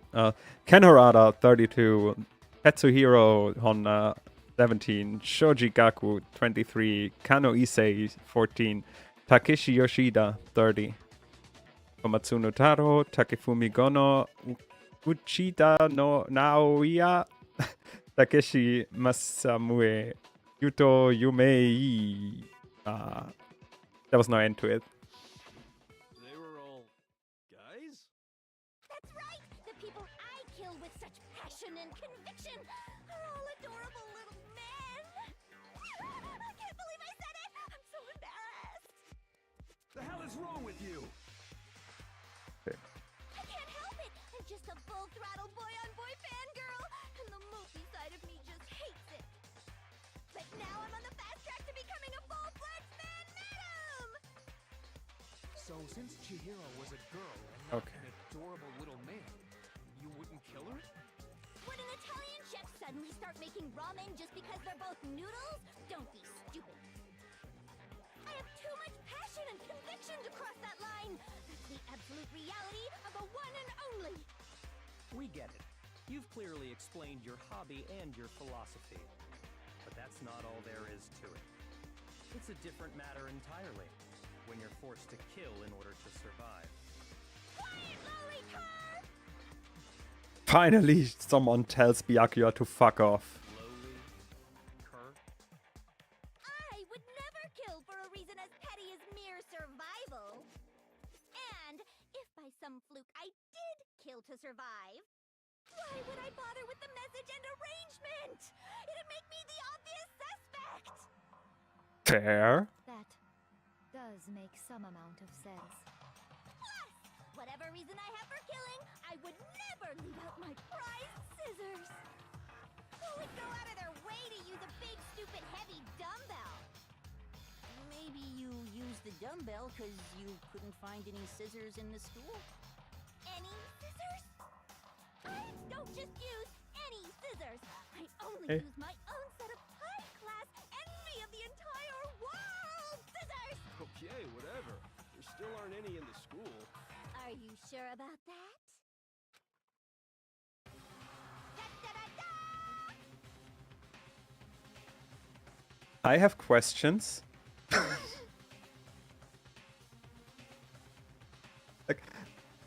like things aside, let's say they didn't take her scissors from her when she came to the school. Is like Toko carrying the scissors around like 24/7 just in case like genocide Jack wants to come out or sure. She's fully equipped. That's right. So I can kill anywhere, anytime. Oh, just Why would I resort to dumbbells or rope when I have my trusty scissors by my side?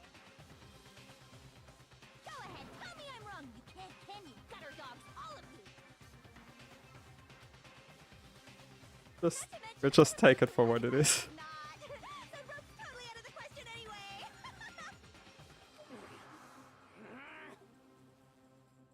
I have no idea what's going on anymore. Yeah, you and me both, buddy. Would really be innocent? But the body really was suspended, right? And nobody but the police knew about that. Yeah. That's why we figured it had to be the real deal and not some copycat killer or whatever. Actually, hold on. There's one person. One person who could have copied Genocide Jack's cases. Yeah, guess who the fuck? Like the guy that has been acting sus. Oh, I'm missing my buttons. Where is he? Where's that fuck? There he is. Byakuya, it's possible you could have found out, isn't it? You'd have no problem gaining access to classified government What I documents. don't understand though is why he then would start like leading me around everything that would point to him. Something's fucky here. Are you saying Mr. Togami did it? Then the reason he pushed the theory of Genocide Jack being the killer so hard was because he wanted to pin the crime on her. Something's really fucky here. To disguise it and make it look like I put my stamp on it. This is way too obvious. The adorable glasses man was behind it all. Oh, I'm on fire! Well, Byakuya, what's your response? Can we stop being horny, please? I see. So now the suspicion falls on me. Then I must ask, when would you say I began acting suspicious? Surely you must have an answer. Like the first time you talked to me today?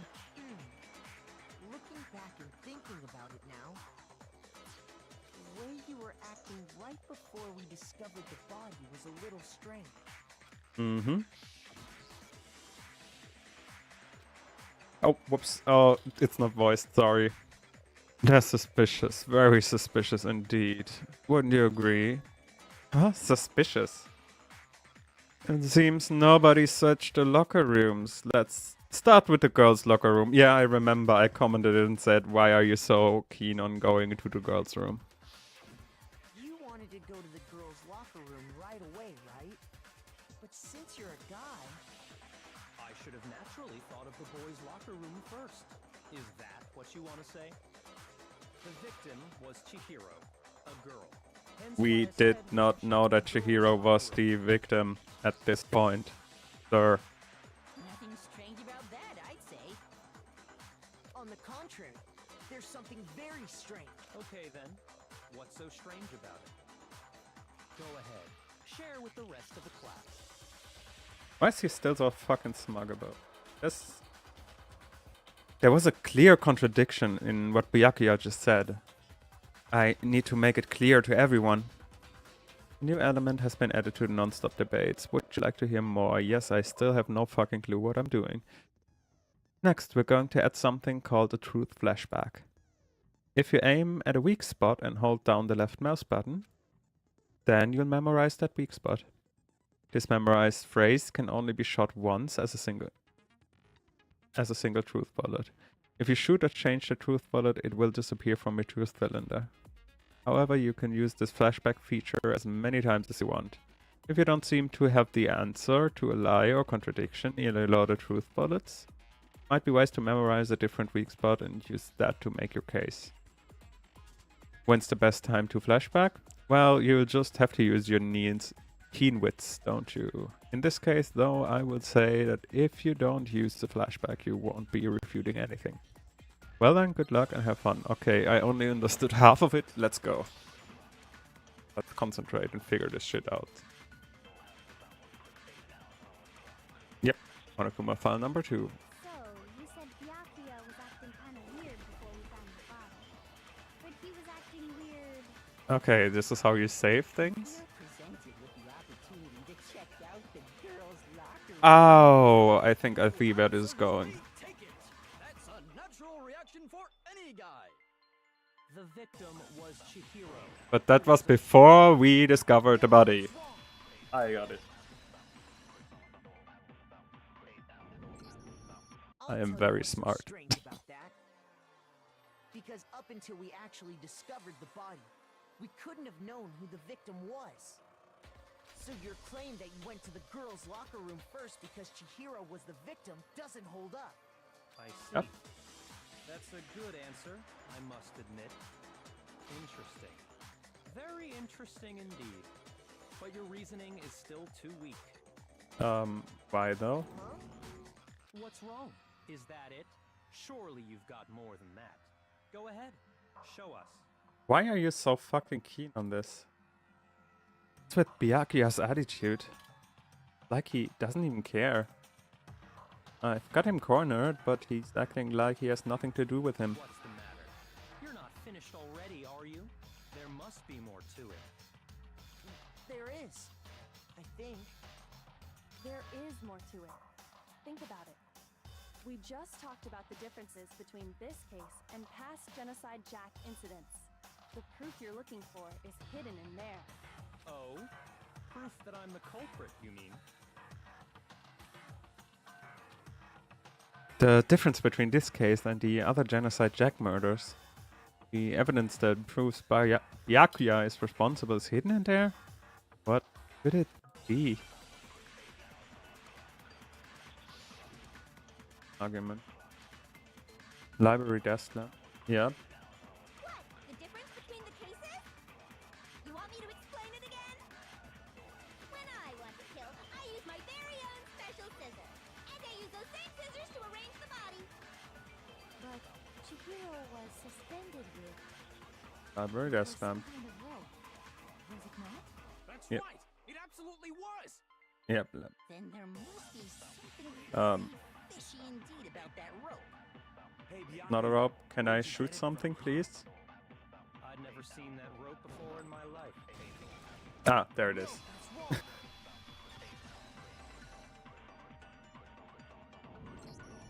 Actually, I'm pretty sure you have seen it before. Because you see, that rope, or should I say, that extension cord? What? An extension cord? Byakuya, you've used the extension cord in the library more than once, haven't you? And the same extension cord that was in the library all this time went missing after the murder. To be fair, anyone could have gone into the library. It was not like hidden or anything. But okay, foolproof. There's no way someone who uses that extension cord as much as you do wouldn't discover that fact. And Byakuya must be the one who took the extension cord. I can't imagine any other possibility. Yeah, no other. That's really what you think? Then your conclusion is something like this? I killed Chihiro in the girls' locker room, then hung her up and wrote that bloody message. I intentionally made it look like Genocide Jack was behind it. Is that about right? What the? Weird. He's doing it again.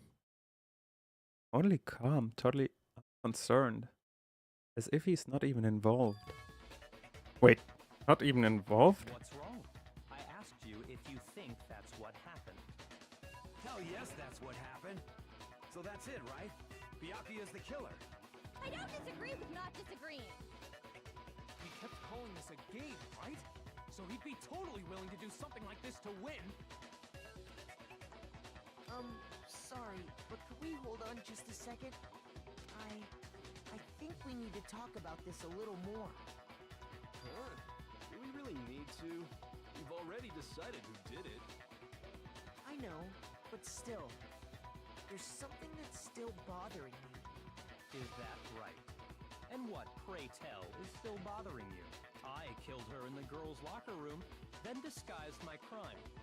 Specifically, I dressed it up to make it look like it was the work of a homicidal psychopath. What about all that bothers you? Wait. That just now? Something's not right. Kira's body was definitely found in the girls' locker room, but does that mean... Can I really just accept what Byakuya just said? What Byakuya... Why can I talk? Can I just... Okay. Third time's the charm. Can I really just accept what Byakuya said is the truth? No, I don't think so. There's definitely something off about what he said.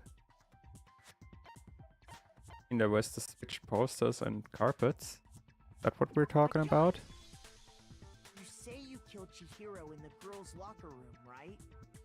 But are you sure about that? Isn't it possible that the murder took place somewhere else? How disappointing. What kind of question is that? Even in the world of disappointments, this is a true letdown. She was found dead in the girls' locker room. There is absolutely no question about that. I mean, How yes. could the scene of the crime have been anywhere else? Well, I think it's entirely possible that she was killed somewhere else, then carried there later, along with the rest of the murder scene. The rest of the murder scene? Okay. So that's also news to That was him. awfully specific. Please tell me you have a reason for saying all of that. Okay. Hey, Yakia, did I take you off guard? When the story suddenly moved to the crime scene, Byakuya, who'd been so confident up until now, maybe Byakuya never even realized that the crime could have been somewhere else? Don't just move on without permission! What do you mean she was killed somewhere else? Come on, Makoto. If there's any chance the murder took place somewhere else, let's see the proof. Huh? Evidence that shows the murder took place somewhere else. There's something that switched between the boys and the girls' locker room. Posters, carpet, what are we looking for? I mean, both did. I got it! The proof that she was killed somewhere else is the poster that's hanging in each locker room. Your proof is some posters? The poster in the girls' locker room was a picture of a big boobed supermodel. But don't you think that's kind of strange? Why would the girls' locker room have a poster like that? Why not? I bet those massive jugs of hers were totally fake! So I actually remember them from last time hanging in the boys' locker room. Meanwhile, the boys' locker room had a poster of the super popular boy band Tornado. Again, that doesn't really seem to belong in a boys' locker room. So you're Oh. saying that maybe the posters were switched? And there's one other thing I noticed about the locker rooms. You know what I'm talking about, right, Sakura? You're referring to my protein coffee, aren't you? Protein coffee? While I was in the girls' locker room earlier, I spilled some protein coffee on the carpet. But I noticed that after the murder, the stain had been totally scrubbed away. No, it's not that the stain was scrubbed away. It was removed.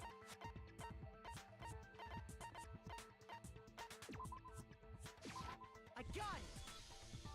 The stain on the girls' locker room carpet wasn't scrubbed away. In fact, I found it on the boys' locker room carpet. That's definitely the stain from my protein I still coffee. don't really see where this is going. Does that mean that the carpets were switched too? I mean, I get the logic, but But why would anyone do that? To move the murder scene from one locker room to the other. It's certainly plausible, don't you think? What? In other words, in order to completely swap the scene of the crime, wait, so the murder did take the place in a bloodstained boys' locker poster on room? the carpet were moved along with the dead body. By doing this, the killer was able to change the entire room where the murder took place. I can certainly follow your reasoning, but why would the culprit bother doing that? Huh? Fair question. Why would they go through all that trouble of switching the scene of the crime? Actually, an even bigger question. If the murder did take place in the boys' locker room, Yeah. how did Chihiro get in the boys' Yeah, locker room that's in the first question, place? though. To get into the locker rooms, you have to swipe your e-handbook across the card reader device. Yep. But Chihiro's handbook should have only allowed her access to the girls' locker room. She had no way to get into the boys' locker room to begin with. No, she did have a way, and I can tell you what it was. I highly doubt that. Shut up! I'm telling you, I know how she could have done it. Okay. Hero clutch? Is he right? Could Chihiro really have gotten into the boys' locker room somehow? Oh, I guess we're not getting a hero clutch. Broken ear. Okay. Is it really possible? Could Chihiro really have gotten into the boys' locker room somehow? Ah! I got it! She must have hacked her e-handbook. She was the ultimate programmer after all. Oh, whoops. I'm sure that would have been no problem for her. No, I don't think that's it. I don't even think that was the right one, so I think we're fine. Huh? What thing? I'm talking about Leon's handbook, of course. No, that one's broken. No, that's wrong. Now I got the right one. No, I don't think Chihiro used Leon's handbook. Why not? Because Leon's handbook was broken. Oh. Well, then, yeah, I guess that'd be pretty... Guess we're not getting a hero clutch today. I am struck silent by how quickly you gave up. Plus, isn't there a regulation against using someone else's handbook? Actually, the rule states that loaning your handbook is prohibited. It says nothing about borrowing one. Okay, that doesn't still answer how she got in. Borrow a dead person's handbook all you want, and you'd be safe. Yup, yup, yup. Hit the nail square on the noggin. There were three handbooks. Oh no, the other one was the model girl. The Of course, if it were broken, that wouldn't make any sense anyway. what's her face? So then, she must have hacked The one with the teddy bear clips. She used her ultimate programmer skills and... You can't fix an e-handbook. The instant you open one up, a security buzzer starts blaring. Huh? So, if she didn't use Leon's handbook, and she didn't modify her own handbook, Maybe Mr. Naegi's initial assumption is just wrong? It seems like there's no way she could have got into the boys' locker room. So I guess so. Okay then, I vote for Byakuya. Huh. Is that it then? The hero was killed in the girls' locker room and Byakuya, the one who did it? Really? But still, don't know what else I can do. Hold on a second. I agree with you, though. I think you're on the right track. What the? You finally decide to open your mouth and that's what you've got to say? There's no way she could get in the boys' locker room, right? So... Why are you so sure she couldn't get in? There's still one other way she could have gained access. What? What are you talking about? What other way is there? Well, to explain that, why don't we take a little break from the trial? I'd like you all to come see something. Where is this going? Wait. Just what do you think you're doing? Don't worry. This'll make the whole trial more exciting. I'm sure that thought must please you. Huh? It'll make things more exciting? Well, all right then. I declare an official class trial recess. Huh? For real?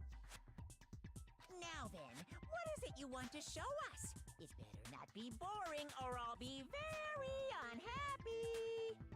Oh, I have no doubt it'll meet your lofty expectations. So, shall we go? Huh? Am I just like daft right now or? So we headed off with Kyoko in the lead. And where she took us was... Huh? The girls' locker room? We've already searched this place top to bottom. What are you trying to pull, Missy? I'd like you to examine the victim's body one more time. You want to check it again? Be sure to examine the entire body very carefully. Take your time. Examine her carefully? Like using our hands? No, wait, no, wait, no, wait, It's probably best if I don't run my hands all over a girl's dead body. It's not that I'm freaked out or anything, it's just based on religious grounds, you know? Very well. I'll do it. Okay, Sakura clutch. But you're a girl. You shouldn't have to touch a dead body. Just let one of the boys do it. No, it's okay. I think Chihiro would rather have a girl examine her. So just leave this to me. Sakura. What is this? Some kind of secret girl-on-girl action? Is that what you two are about? That's not it at all. Stop screwing around. Okay, here I go. I'm sorry, Chihiro. Please excuse the intrusion. Putting her hands together in a brief prayer, Sakura then began to quietly examine her body. Be sure to check her entire body, and I believe we will solve this particular mystery. Her entire body? I know you say that, but... What? This is... What is this...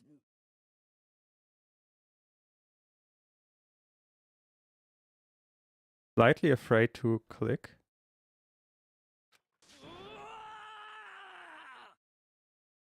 What is it? Not possible. It's not possible.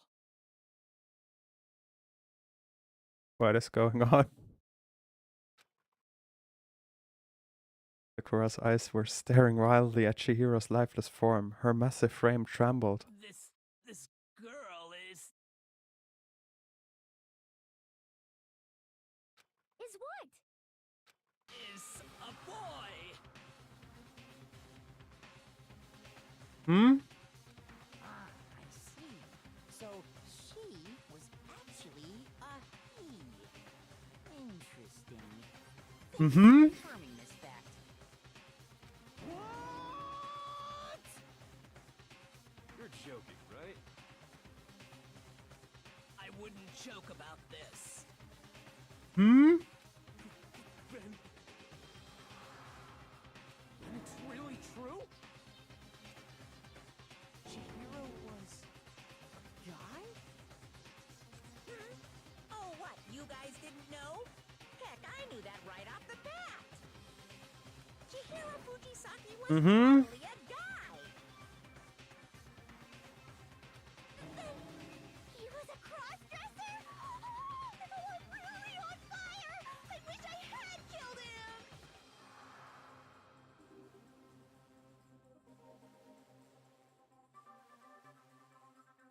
Is this like the trial of we don't respect any boundaries? So So that's what Kyoko wanted to show everyone, huh? Interesting. I thought that the ID representation was bad. This can get worse. Yes, that certainly does make things much more exciting. Now let's ride this wave of excitement back to the courtroom and get back to the trial. Ahem. I do apologize for keeping you waiting. Now then, let's resume the class trial. We've all just learned of the shocking revelation that Chihiro was actually a boy. Let's pick up from there. Yes, well, I don't know his reason for hiding it, but the fact is, Chihiro was not a girl, but a boy. To think that Chihiro was actually a guy. The thought has never even crossed my mind. And because the victim was male, he would have had no problem gaining access to the boys' locker room. Assuming his handbook did, in fact, list his gender as male, then yes, that would be true. Of course his handbook said he was a boy. He dressed like a girl, but he was a boy through and through. So then, there should be no issue with Makoto's initial assertion. The victim was killed in the boys' locker room, and was then later moved to the girls' locker room. Oof. This is painful. The killer could have easily used Sayaka or Junko's handbook to get into the girls' locker room. So, Chihiro really was killed in the boys' locker room? I still don't understand the motive for moving the body, but yes, that does seem plausible. Well, I must admit, I did find it rather odd. I knew he felt a little off. There was a certain incongruity to his female body. This is the most titillating situation! So now everything has been connected. All the mysteries have finally become clear. Okay, well, connected or clear or whatever. We still think you're the killer, remember? Very interesting. This has become very interesting indeed. He's off in his own little world. What about you, Makoto? After everything we've learned, do you still think Byakuya's the killer? Well, without a doubt, Byakuya is the one that made Chihiro's death look like Genocide Jack did it. But I think he might not actually be the killer after all. What? But aren't you the one who accused him in the first place? I have thoughts. He just seems to be too I will easygoing about until this. the end of the Like trial. he's enjoying a I think solving there's mystery. another Sayaka rant incoming. The way he's acting, it makes it seem like it doesn't have anything to do with him. And you think that might be because it doesn't have anything to do with him? Plus, the evidence he left behind was a little too... how can I put it? Overt. He consciously chose to use the extension cord, knowing it could connect him to the murder. At least, that's how I see it. And Byakuya, when you found out the murder took place in the boys' locker room, it seemed to rattle you. And then again, when you found out Chihiro was actually a guy. If you really were the killer, that stuff wouldn't have had any effect on you. So that's your thinking, huh? Well, it bothers me that you don't have more concrete reasons, but Don't. it's fine. I guess I'll mark it as correct for the time being. What the actual fuck is your problem? What the fuck is going on with this entire trial? Like, give him a second to explain. Maybe he has a good reason for it. I doubt it, but maybe. Mark it as correct? He's right. I am not the culprit. Yeah, the reason being? I just happened to come across the corpse in the girls' locker room and decided to alter it. And the reason being? Fucking with us right now? No, I am not effing with you right now. I'm telling you the truth. And the reason being? Well, I find it very hard to believe. Go ahead. Find it very hard to believe. You're free to be executed along with the rest of us. If you're really telling the truth, then why? Why do you do that to his body? Yeah, please. My reasons hardly matter right now. Uncovering the culprit is much more important, wouldn't you say? Now then, if it wasn't me, who was it?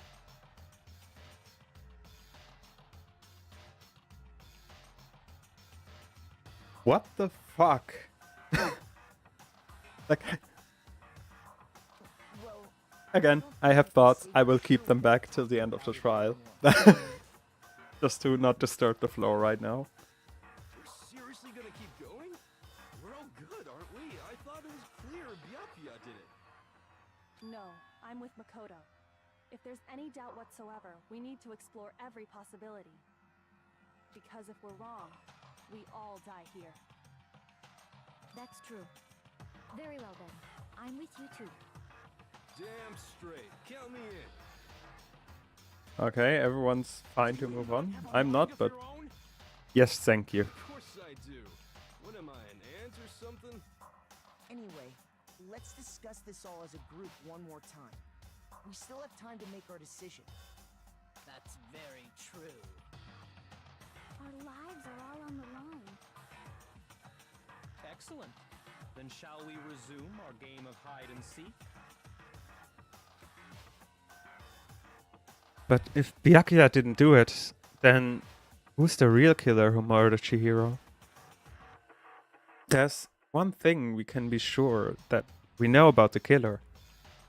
The killer was able to get access to the real murder scene, which means the killer was a guy. Since the crime scene was in the boys' locker room, you would need a boys' handbook to get in. Since Leon's handbook is apparently broken, the killer would have had to use their own. In other words, it had to have been a guy. But that's still not enough. I need to find some more clues.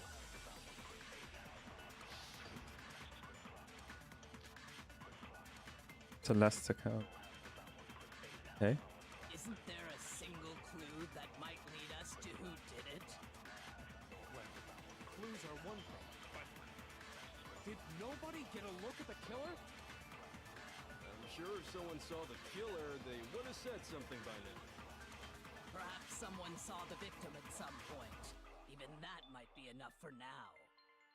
Yeah. All we need right now is any kind of new info. What? Shoot! That is new info, isn't it? Am I too fast again? A single clue that might lead us to who did it? I mean, that could also be it, to be fair. I already forgot, was it? I'm sure if someone saw the Perhaps someone saw the victim at It's over. It's all over. You want to know who saw the victim? The killer. And only the killer. Ah, okay. But Celeste saw him. I got it. Okay.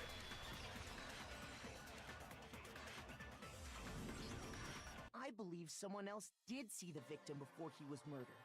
What do you think, Celeste? Now that you mention it, yes, I did see him. Huh? Really?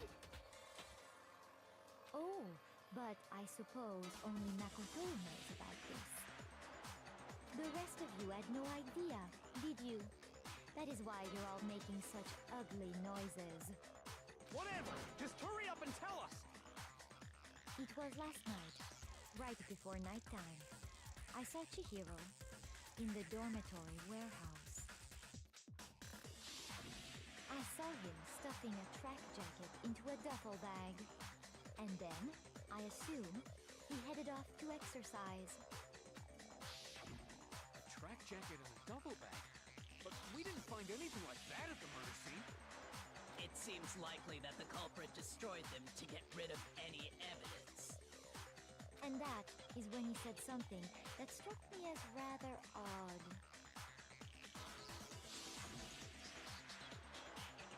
Well, I'd better be going. I'm kind of in a hurry. Chihiro told me he was in a hurry. But why would he be in a hurry? Only if someone were waiting for him, I should think.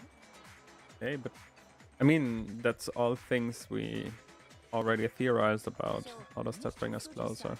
was on his way to meet with someone, and then they were going to work out together?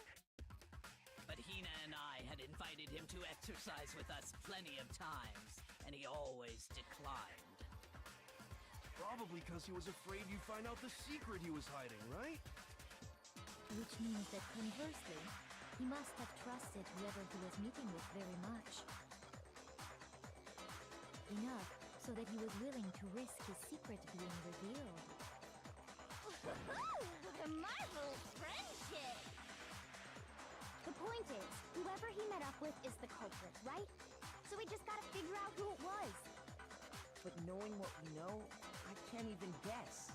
Yeah, that's the point. That doesn't bring us any closer to anything. No. You already have what you need to make the connection. Huh? What? You know who the killer is.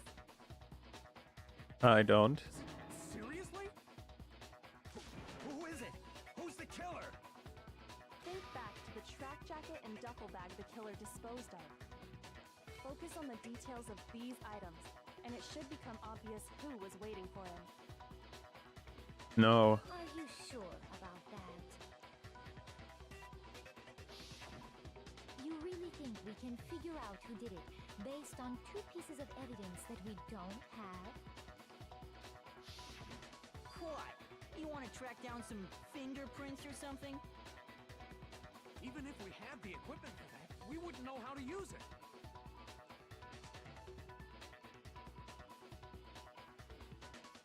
As was noted, the evidence is already gone. There's nothing to get fingerprints from. Maybe, but we can make certain inferences if we just take the time to talk it out.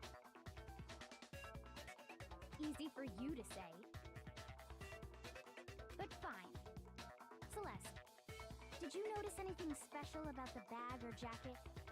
The bag was just a normal duffel bag from the warehouse. All the bags in there are the same, so I can't imagine what would make that one special. Okay, we're just cycling Well, now. if I remember right, there was a decent variety of tracksuits to choose from. Do you think there might be some connection between the culprit and Chihiro's jacket? Perhaps. Let's explore that and talk a bit more about the jacket he took. Does the hero's jacket really hold some clue about the killer? Somehow it's really hard to believe. Yep. It is. Okay. First of all, we know where Chihiro was headed. He was on his way to go exercise. So next we have to ask, why did he choose the specific tracksuit that he did? What do you mean, the specific tracksuit? I got it! He picked that tracksuit because it matched the one the culprit was wearing. Wait, are we going on like third graders logic? The killer was wearing the same blue tracksuit as him? Oh wait, we never did mention that it was blue. No, that's wrong.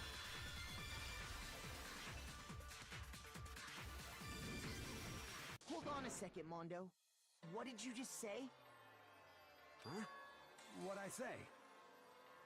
When Celeste testified a few minutes ago, she said, Huh?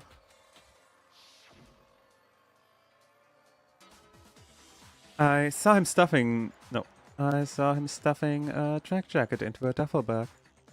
And then I assume he had it after exercise. she never said anything about the jacket's color.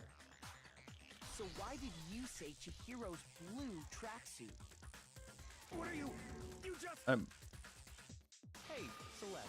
I mean, I guess Chihiro's that's a tracksuit. trip up, but As a matter how the of fuck fact, did we arrive here? was Oh, whoops. And before we began the trial, did you tell anyone that? the only one I told about any of this was you. Then, Mondo, how did you know what color Chihiro's tracksuit was? I mean, fair enough, there can be a few explanations for it, right? Because I just. I'm sure he saw the clothes at some point in the investigation. Oh, we haven't found No, a thing. that can't be it. The bag and clothes were surely disposed of by the time we began our investigation. Yep. Then the only reason he could have known what color the tracksuit was is if he saw Cherry with it before he died. That's the only possibility. Got Sherry with it? That like a talk. Cherry? Oh, okay, they also don't understand. Talking about Chihiro? So, how about it? Did you see the tracksuit or didn't you? Just by chance. I just happened to see it last night. Huh? He walked past me, and he was carrying the tracksuit in his hands. No, that can't be it either. According She stuffed the jacket back into her bag in a hurry. It was almost like she was trying to hide it. And just like that, she was gone. when Celeste noticed it, Chihiro made a point of making sure the jacket was completely in the bag.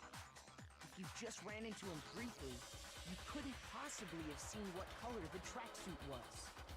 Okay, fair enough, but It would appear you've dug your own grave. Perhaps. Could you handed him the shovel, didn't you? That's what. Focus on the tracksuit and it'll be obvious who he met with? What a bunch of nonsense. Okay, I think it's the first time that I actually agree with Byakuya. Ah, now I understand. It was all one big bluff, wasn't it? Your true intention was to draw a slip of the tongue from the culprit. That's why you said you knew who did it, to put them on edge. That's right. However, Mondo was my target all along. I had my suspicions about him from the very beginning. But why? What made you so suspicious?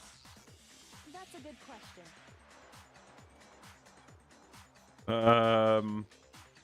I mean, he was acting as he was always acting. I don't hate him. I actually liked him. So, what's different about his talk? There was a certain turning point that tipped me off. Maybe you didn't notice it, Mondo, but you tend to refer to men and women differently. Does he? You only call guys dude. For girls, it's chick. Does he? And after Did I just notice not that ski? Or once I picked up on that, it occurred to me that Mondo knew something we didn't. You notice such a tiny detail? With her, I think that's the first one I didn't notice. Are you a witch? She's a witch! You're positively frightful! No, I'm not the frightful one. Not nearly as frightful as someone capable of murdering a friend. Mondo, was it really you? Did you really kill Chihiro? I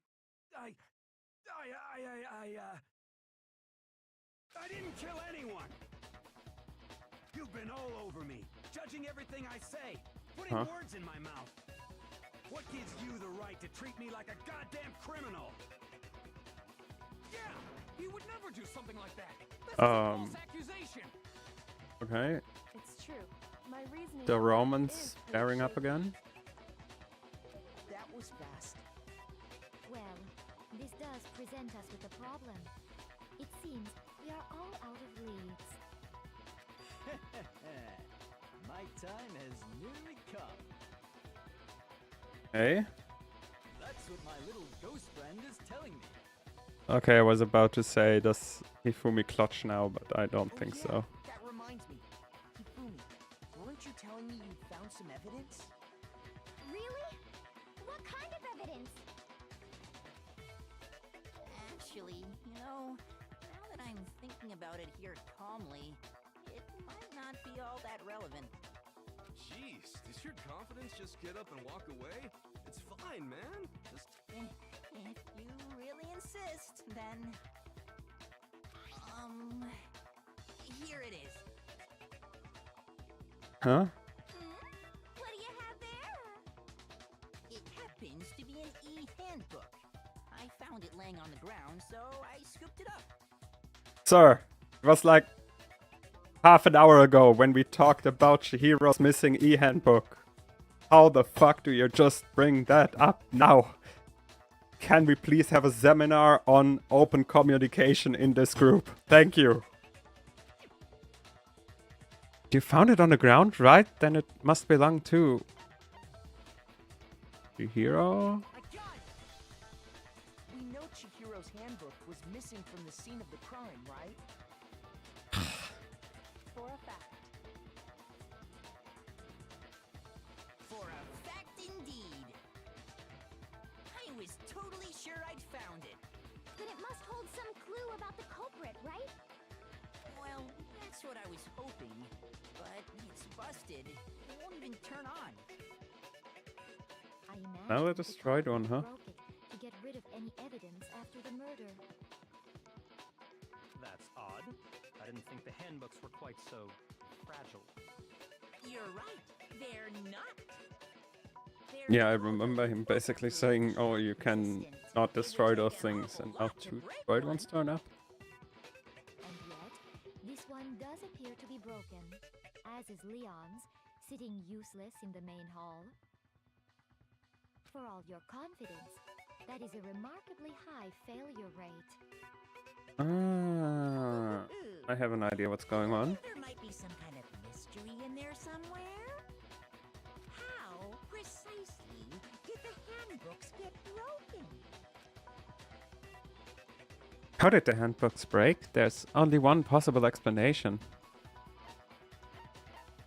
I got it! You already told us before that the handbook has one weak point, didn't you? Yeah! You remember that? Sure, maybe I let that slip, but I never told anyone what the weak point actually was. But if the handbook is supposed to never break, and two of them broke in quick succession, then Then we can only assume that someone's figured out its weakness. You Yes. know what the weakness is, right, Monokuma? So, what is it? Huh? You're asking me? I'd have an I idea. think it's a necessary piece of information if you want this to be a fair trial. But if I tell you, and someone else decides to copy it, that would be very not good.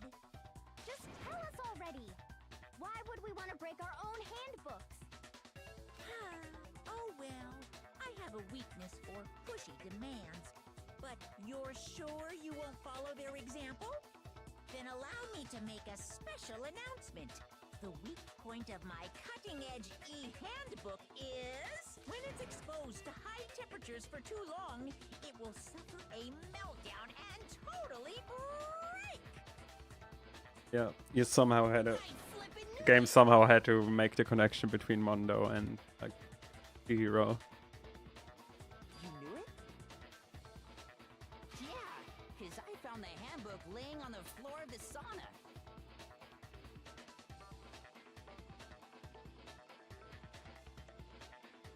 The fuck?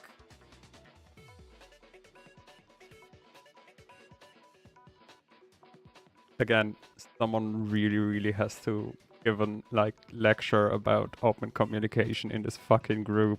This is like information that should be given like half an hour to an hour ago. The temperature in the sauna can reach over 200 degrees. Strange how you don't get burnt, huh? It's because as your sweat evaporates, it creates a cooling layer of air around your skin. If the hot air of the sauna were somehow pushed directly onto your skin, you'd definitely get fried. That layer of air would get blown away. That's why you may feel a burning when you move around. So when you're in a sauna, make sure to keep nice and still. Wow, interesting. I learned one new fact today. That is a mere trifling speck of knowledge.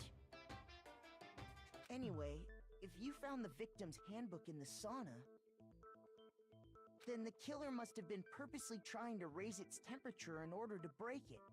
Meaning the culprit somehow knew its weakness. Guess who had a full closed sauna competition? But how'd they find out? Monokuma said he didn't tell anyone, right? Indeed. Quite the mystery. What if they found out by accident? What do you mean by accident? What if the killer took their own handbook into the sauna, not knowing its weakness, and it broke? They'd realize it was broken, of course, and it wouldn't be hard to figure out why. And once they had Chihiro's handbook, they knew they had an easy way to dispose of it. I won't say it's not possible, but who would have done something like that? Good question. I don't know of anyone who took their And handbook we- into the sauna. I know someone. I know someone who did. Yep. Whoa, seriously? I think the one who may have taken their handbook into the sauna was... Still no fucking clue how A led to B. But where's my boy? Oh, this is sad. I like Mondo. Here's my answer. Mondo, your handbook got broken in the sauna, didn't it? What? Why do you keep accusing him? Mondo and Taka had an endurance contest in the sauna not too long ago. Hmm. And for the contest, Mondo just so happened to keep his school uniform on. But little did he realize, he'd also left his handbook in one of his uniform pockets. And when it was all over, Mondo discovered that taking your handbook into the sauna could easily destroy it. No, wait, hold on. You've got it all wrong. He would never kill. I don't accept this. Show me the proof. The actual solid proof. I mean, I don't want to believe it either, but I found something that proves it beyond a shadow of a doubt. Wait, what did I find?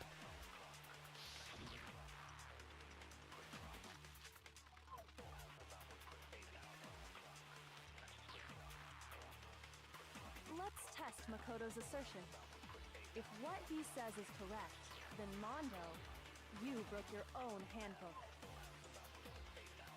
In other words, if Mondo's handbook is actually broken, then that proves that what Makoto said is right. Well, my goddamn handbook works just fine. Oh god. No. Oh. Okay. Okay. Where was it? There it is. This works just fine. If what he says is correct, then Mondo, you broke your own handbook. In other words, if Mondo's handbook, then that proves. Well, my goddamn handbook works just... No, that's wrong.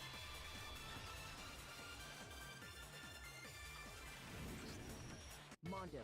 I mean, he could have taken Leon's handbook, right? What the fuck is that supposed to mean? The broken handbook that was in the main hall. Isn't that one actually yours? What the heck are you talking about? What I mean is, I think Mondo swapped his handbook out for one that actually works. I think he took Leon's handbook and replaced it with his own. After all, Monokuma said himself that Leon's handbook never should have broken. That's right! The punishment it suffered wasn't nearly enough to destroy it. So then, the broken handbook in the main hall is actually Mondo's, which would mean that the handbook Mondo has right now is actually Leon's, yes? But doesn't that violate the school regulation that says loaning out your handbook is prohibited? Well, here's how I look at it. There is a rule about loaning your handbook to another student, but if it's kind of a gray area, Oops. I admit. Sorry. But no worries. If anything, it just makes things more interesting. As such, I decree that exchanging handbooks with a corpse is not a violation of the rules. Well, Mondo, if I'm wrong about this, you're welcome to say so. I'm happy to admit I made a mistake, but... Son of a bitch. What's wrong, bro? Come on, tell him he's wrong. You are wrong. You have to be wrong. Everything you just said is wrong. You made it all... Okay, then why don't we look back on this case Huh? one more time, from the beginning? Oh, do I have to do like the picture book now? Everything will become clear. Oh no. See if I was right or wrong. Okay. Yep. That's okay. Yeah. Yep.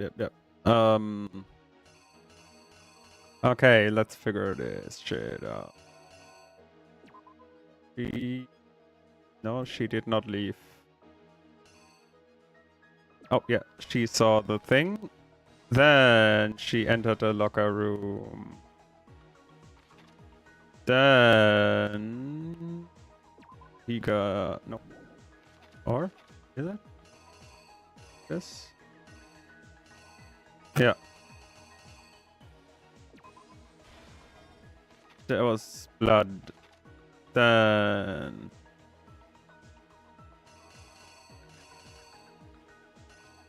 he took off the poster.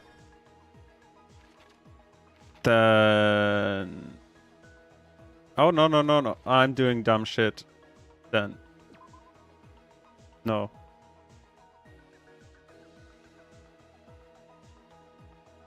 Huh? Am I... This should be it, right? But why would this come after that? I mean, it must be, because it makes no sense nowhere else.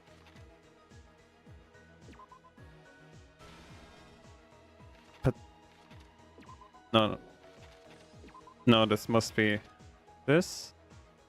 Then he takes off the poster, he takes Chihiro over... Nope.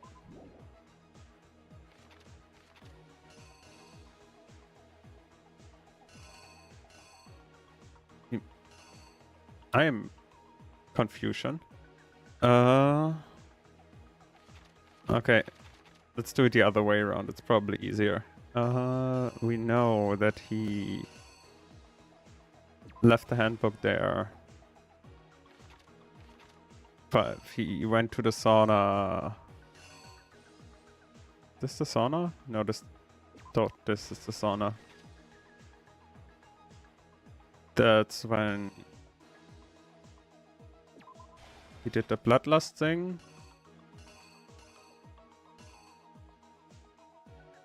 He went in the... No, that's the girls' locker room. How the fuck did he get in the girls' locker room?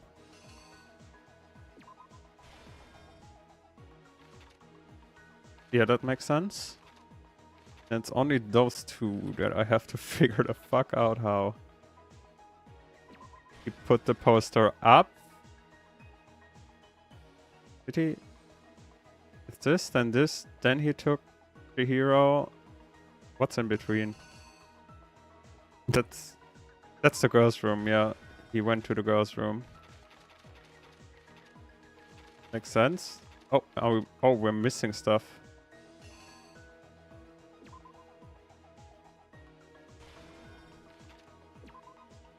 This must be there. Ah, and then... Ah, okay.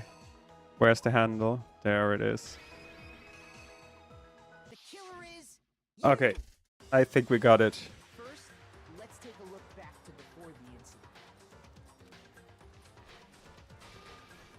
Last night, Celeste saw Chihiro in the warehouse, correct? At the time, she was apparently stuffing something into a duffel bag.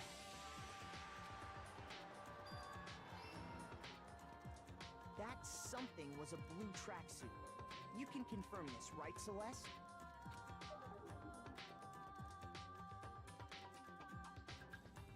With bag in hand, Chihiro headed out, even though she made her way to the locker room, specifically the boys' locker room.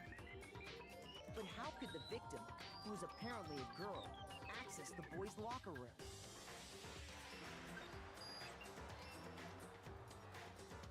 Simple, because she was really a he.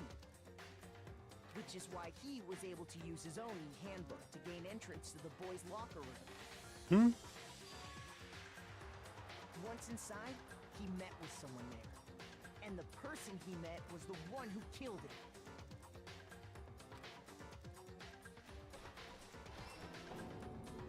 It seems likely that the killer grabbed the nearby dumbbell, approached the unsuspecting Chihiro,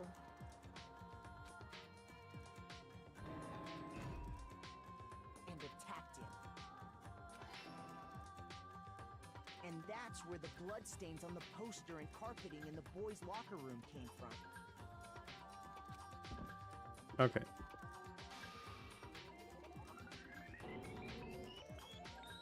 It was likely in the heat of the moment. The body was arranged, but the murder itself felt unplanned. Which is why the killer hurried to try and hide the act.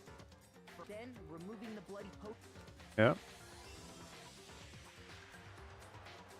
And finally carrying the corpse into the girl's I still don't see why, though. A handbook was necessary to get into the locker room, of course. But this alone doesn't prove that the killer was necessarily a girl.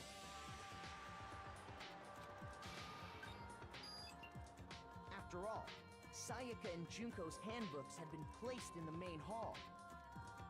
Using one of those, a boy could get into the girls' locker room without much problem. And that's exactly how the killer did it. With the carpet and the poster they brought with them, they got to work. They changed the layout of the boys' and girls' locker room in what you might call a crime scene switch. That could have been the end of things, but no. Byakuya discovered the body and decided to intervene in the situation, making things even more complicated. Yeah, why though? So, after stumbling on the crime scene, he went and grabbed the extension cord from the library, and then he got to work. He used the cord to string up Chihiro's lifeless body.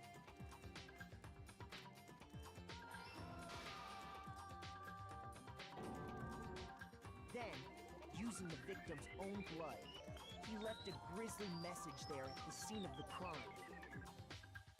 He wanted to create the illusion that Genocide Jack was responsible for the slaughter. And around the same time that Byakuya was putting together this facade, the killer, having already disposed of Chihiro's bag and other belongings, arrived at the sauna. There, they planned to destroy the last piece of evidence. Hero's handbook, sorry, was a bit early. And just as the killer expected, the steamy sauna was enough to ruin the electronic gadget. Somehow, the killer knew that the handbook couldn't stand up to the heat of the sauna. And the reason they knew that is because the sauna had already wrecked their own handbook. And that's how it all played out. Huh? But why though? Isn't that right, Mondo Arata?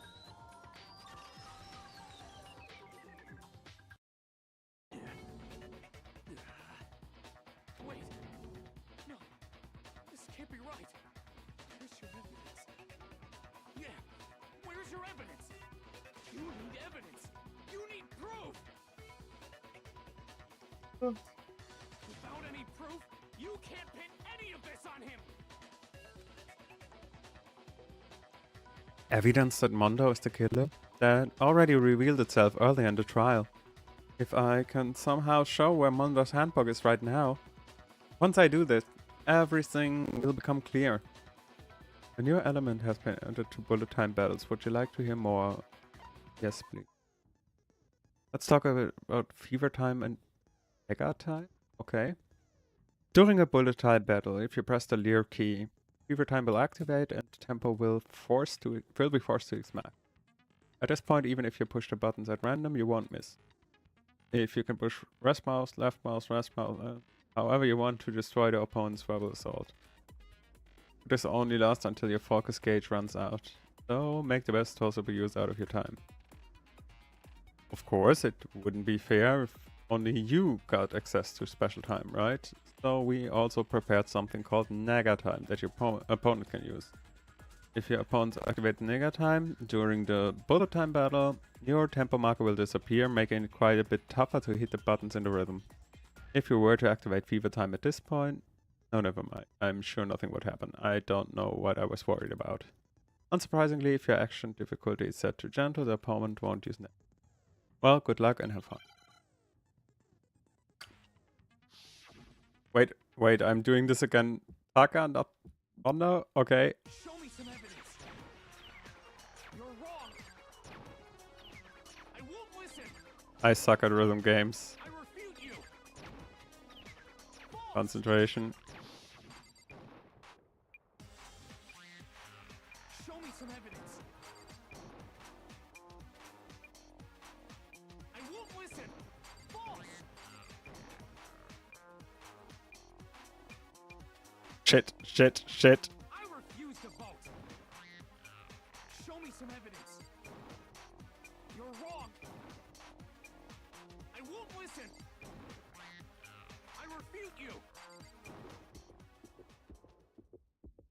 Show me some evidence. This should prove it.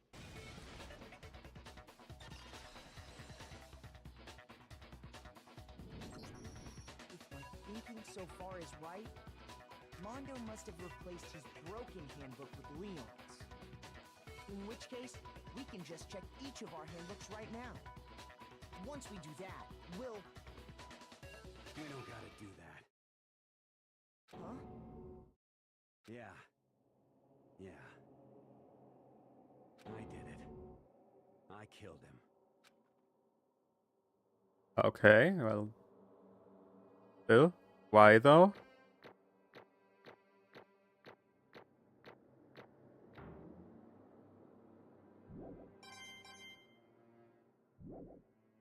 Okay.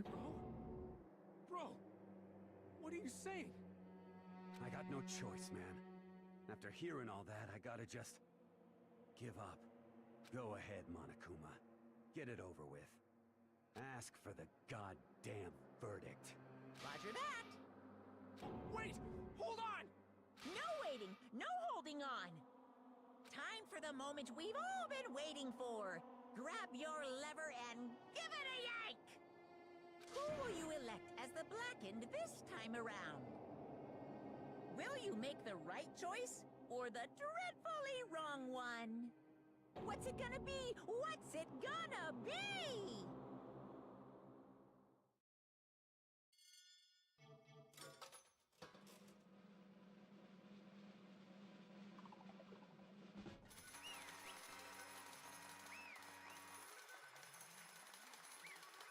Off. What? Oh god. It's acting again. Oh, wait, I still have it on auto shit. Yes, it is so. The Blackened that killed Chihiro Fujisaki was... Mondo Wada. In case you're wondering, the vote was not unanimous. Kiyotaka chose the wrong person. You're treading very close to the danger zone, Mr. Ishimaru. You need to be more careful. I refuse to believe it. There's no way he killed someone. Sorry. Okay. What is this? Why are you apologizing? Why? Why did you do it? Now then. Well, it looks like Mondo's taken a vow of silence, so allow me to explain on his behalf. Actually, The story of the murder this time is the sad story of two men. Oh, but for anyone who doesn't really want to hear it, you can hit this as... Can we please not break the, immersion? Thank you. Anyway, there once was a young boy. His name was Chihiro Fujisaki. He had an extreme inferiority complex regarding his own lack of strength. You're so weak, even though you're a boy. He'd heard things like that as long as he could remember, and he couldn't overcome his weakness. On the contrary, he tried to hide and bury himself further and further into that weakness, to take on the fragile form of a petite young girl. He had chosen that this is his way out. Now, nobody will be able to say anything about even though you're a boy.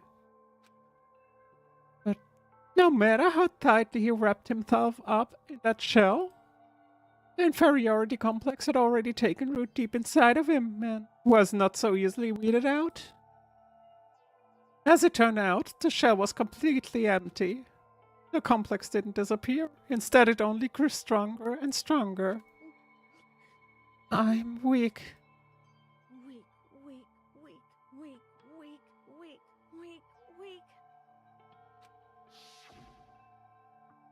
Once the killing game had begun here at the school, he had no choice but to accept his fate. Fact. After all, this world of survival of the fittest. If you're not strong, you don't survive. And then the lovely and hateful Monokuma announced the revealing of embarrassing secrets. Which of course included Chihiro's embarrassing secret, which I was more than willing to divulge.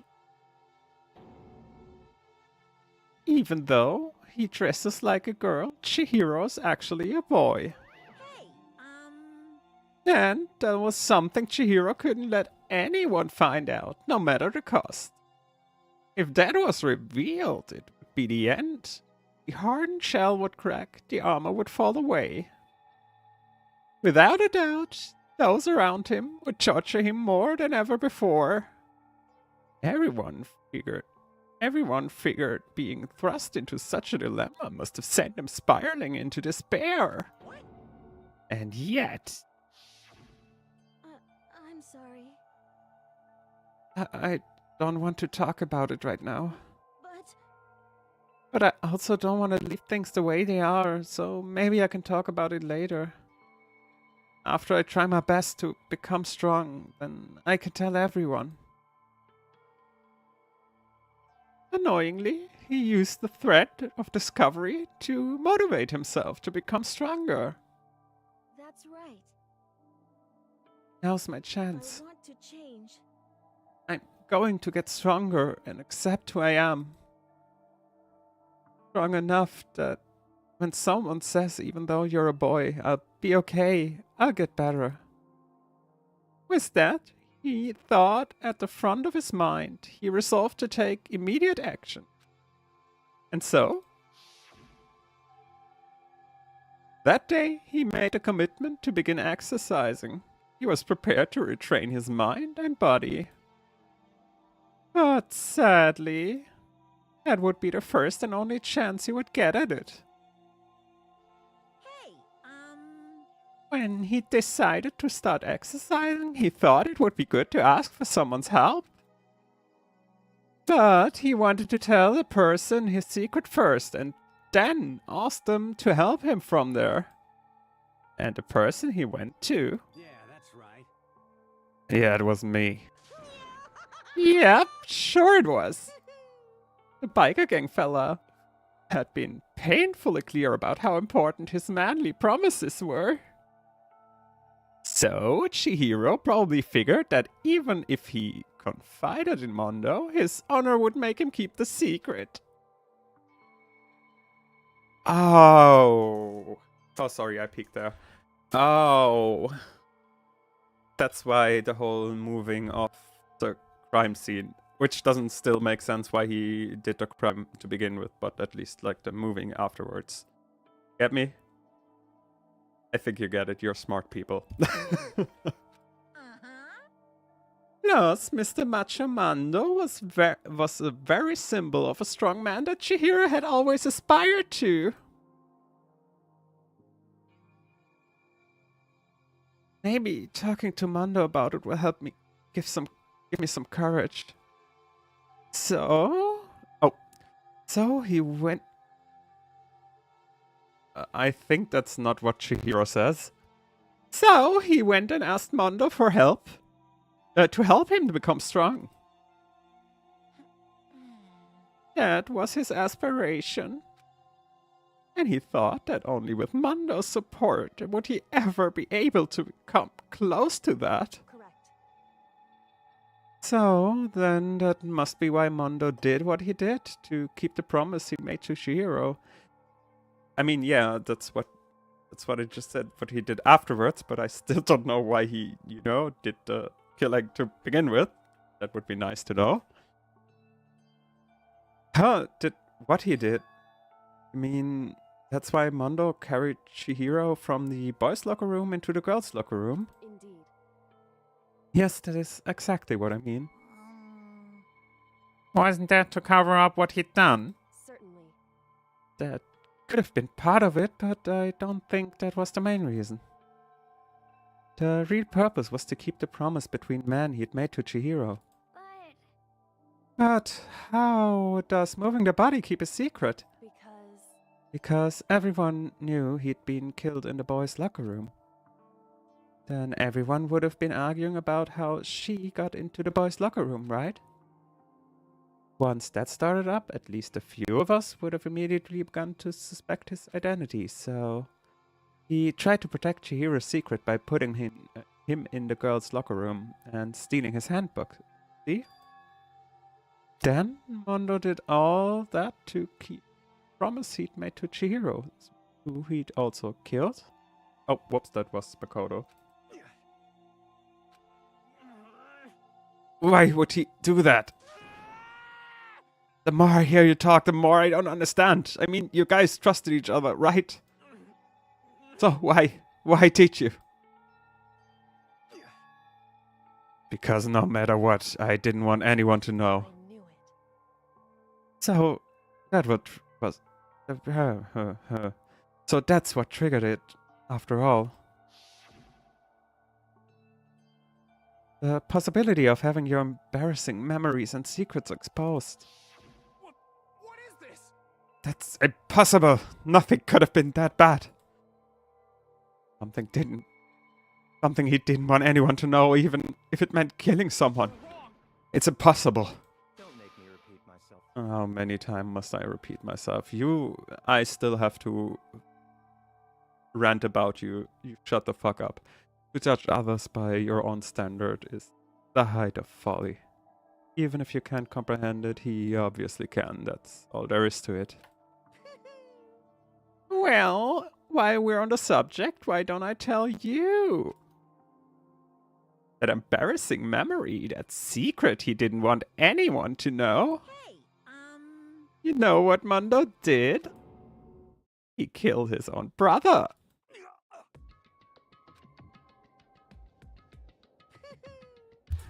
Mondo, the ultimate biker gang leader, makes all the hoodlums and riffraffs across the country tremble. But the only reason he had the chance to join a gang in the first place was because of a certain someone. Mondo's older brother. I can't read. Mondo's older brother's name was Daya Ovada. Mondo had nothing but respect for him. It was because of Daya that Mondo ever got on a motorcycle. Mondo's brother was his only family growing up. He was the only one Mondo could trust or respect. He wanted to measure up to his big brother, so he imitated him in everything he did. Mondo was the epitome of the starry-eyed kid brother. Meanwhile, the charismatic older brother had put together a local motorcycle gang. And before anyone knew it, it had grown into the biggest biker gang in the country. Daya, the older brother, number one in the gang, and his number two, his younger brother Mondo. The beginning, everything was peaches and gravy. But when Mondo started to think about how he would have to take over the gang from his brother someday, his brother's greatness, his reputation began to gnaw on Mondo's very soul. The kid's gonna take over for Daya, huh? Daya created his gang with his bare hands. Mondo just along for the ride. Can someone like that really be our leader? All that'll do is the gang look bad. Almost every day, Mondo heard the gossip and whispers of the other members of the gang.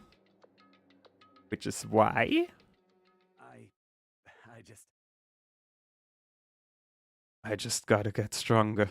Stronger than Daya. One more time. No matter what, I gotta win. I don't care what it takes. I gotta come out on top. And one night of his amazing brother's retirement. Oh, and on the night of his amazing brother's retirement ceremony, Mondo challenged him to a street race. But during the race, tragedy struck. The kid's brother pushed ahead with reckless abandon, eager for victory, and dashed into incoming traffic. But suddenly,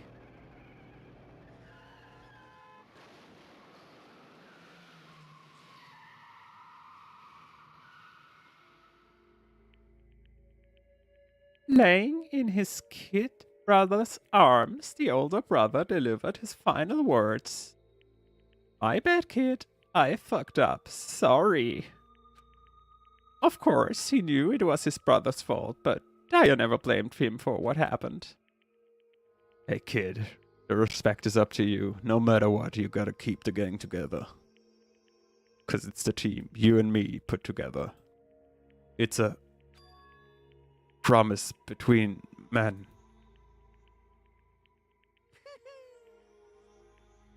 He decided to hide the truth of what happened from everyone else in the gang. In order to keep the gang together and keep the promise to his brother. He could never admit to anyone that it was his own weakness that had caused the accident. And as a result, the team was made even stronger under the banner of the kid who bested his big brother. Daya was gonna lose to his kid brother, so he got stupid and got himself killed. That became the explanation for what happened. Mondo's lie became the truth. He wanted to lead the team so bad, he was willing to tell all kinds of lies about his brother. I'm strong. Strong. And yet, as soon as our killing game began, he realized, no matter how tough he pretended to be, he was just another weakling that could die in an instant. And then the hateful Monokuma announced the revealing of embarrassing secrets. At that point, it was clear I would have no problem shedding light on his secret. Mondo killed his older brother. No matter what, I couldn't let the other gang members find out. It happened, everything would have been ruined. Everything me and my brother had worked for to create would have been destroyed. His death, all the guilt I'd been carrying around, it all would have been for nothing. So that's why Mondo. Oh, Mondo. After I saw what Monokuma had on me, my head filled up with all kind of fuzzy uneasiness and just started swirling around. I never felt anything like it before. I didn't know what to do about it. I wasn't sure what to think to say, but after a while that fuzzy uneasiness turned itself into a rock-hard lump of anxiety way down in my stomach. And it was right around then that Chihiro asked me to start working out with him. And right there, he told me a secret. Seriously? Jesus. I'm sorry. Yeah, I'm sorry I lied to you. But why? Why now? Why are you telling me this all of a sudden? Because, I mean, you've kept that secret all this time, right? If anyone find out, you would... But You're right, but I want to change. I wrapped myself in lies. I'm weak. I want to destroy that version of me forever. His words were like a knife in my gut. I felt he was exposing the lie I had been living to myself. I have to change. I don't want to be weak anymore. You're so strong, I can't hurt you, right? Whatever secret Monokuma might tell us. You piece of... So what? You're saying I should just say it? Saying if I really am, I should just be able to tell everyone my secret? I was jealous. I was jealous of Chihiro's strength. He had the strength to face his own weakness, to try and overcome it. It was the kind of strength I never had. Oh, I was jealous of him. That jealousy broke me. What? Making fun of me? I'm strong. Are you fucking with me right now? No. I'm not making fun of you. You really are strong, Mondo. It felt like I could hear something starting to creak. Something inside my head. What did he want me to do? What was I supposed to do? Was I supposed to just sit back, let my secret get revealed and ruin everything? What's wrong? Damn you! Why did you have to tell me all that? Are you trying to rub my failure in my face? I just wanted No, I really admire you. I admire your strength. Yeah, that's right. That's right, I am strong. I'm strong. Strong. Stronger than you. Son of a bitch! And stronger than Daya. I don't remember anything after that. When I woke up, he was laying in my feet covered in blood. I had the dumbbell in my hand and I was just staring at him down on the ground. Hey. I killed him. I killed Chihiro. Even after all this time, I'm still just as weak as I've always been. And thanks to that, I did something I can never take back. Mondo. He was normally so aggressive, so angry. He did that weak side away from everyone. That was his secret. A weakness like that lived in a heart like his, and it turned him cold-blooded. Damn it. Look at him, you see. We're all just like him. For a secret from the past, for a memory. For that he killed another living human in cold blood. He couldn't cut free of his regret from the outside world. He doesn't know what true strength is. Do you see hope anywhere in there? 'Cause I sure don't. Bastard. Just shut up. You son of a bitch. Go ahead. Say that again. I dare you. Okay, I'll say it as many times as I want, is what I want to say, but unfortunately I can't do that right now because the time for punishing is fast approaching. Punishing? You mean execution? That's what I promised you, right? The blackened that disturbs the peace will be punished. Ridiculous. Hold on.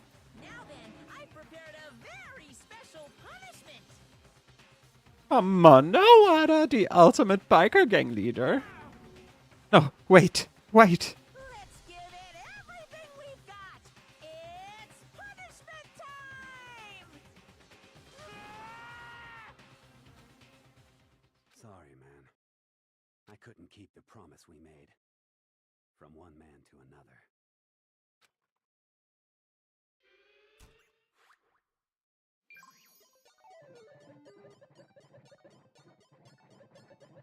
Mondo has been found guilty. Time for the punishment.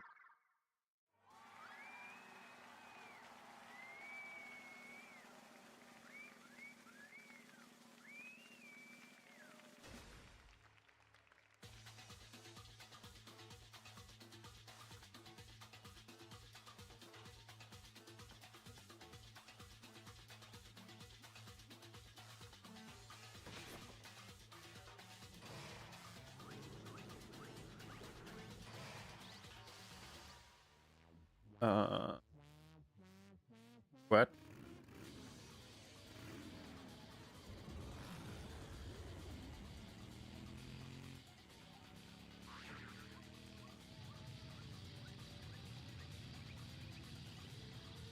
Excuse me?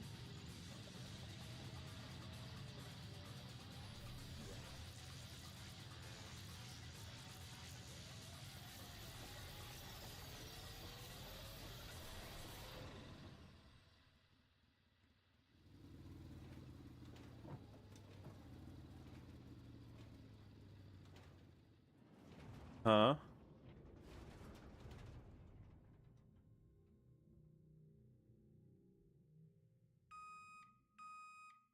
Huh? What?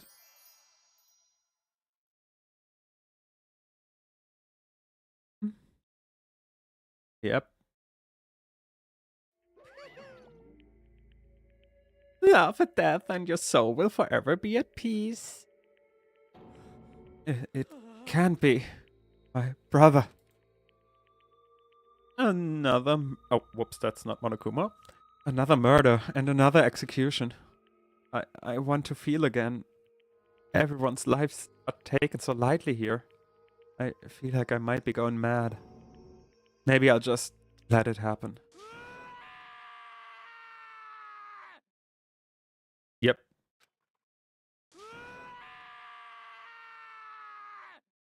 Good point. As Tucker's sad screams invaded our skulls, we were forced to realize once again. But of course, he had to. What a disappointment. This is the end of the game. Byakuya. What is this? You're completely insane, you know that? A game? One of our friends is dead, do you realize that? Well, to be fair, it's two. Naturally. Of course I do. Because this game is life or death. Hey, I don't have anything to say to you. I don't have a response, except that however, I just don't understand why. Yes, same. Why did you go out of your way to disguise Mondo's crime? What? Why? Isn't it obvious? Because it made things more interesting. Fuck.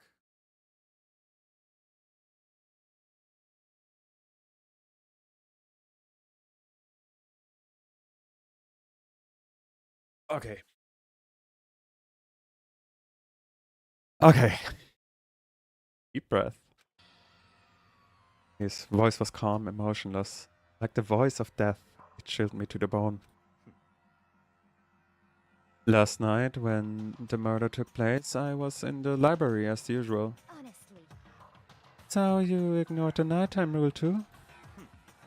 That rule never mattered to me. I don't recall agreeing to it. There is nothing to be done. You fuck.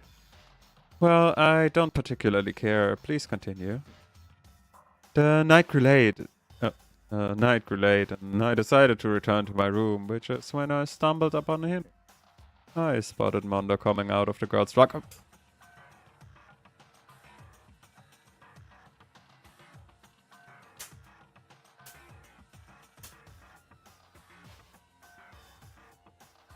I spotted Mondo coming out of the girl's locker room.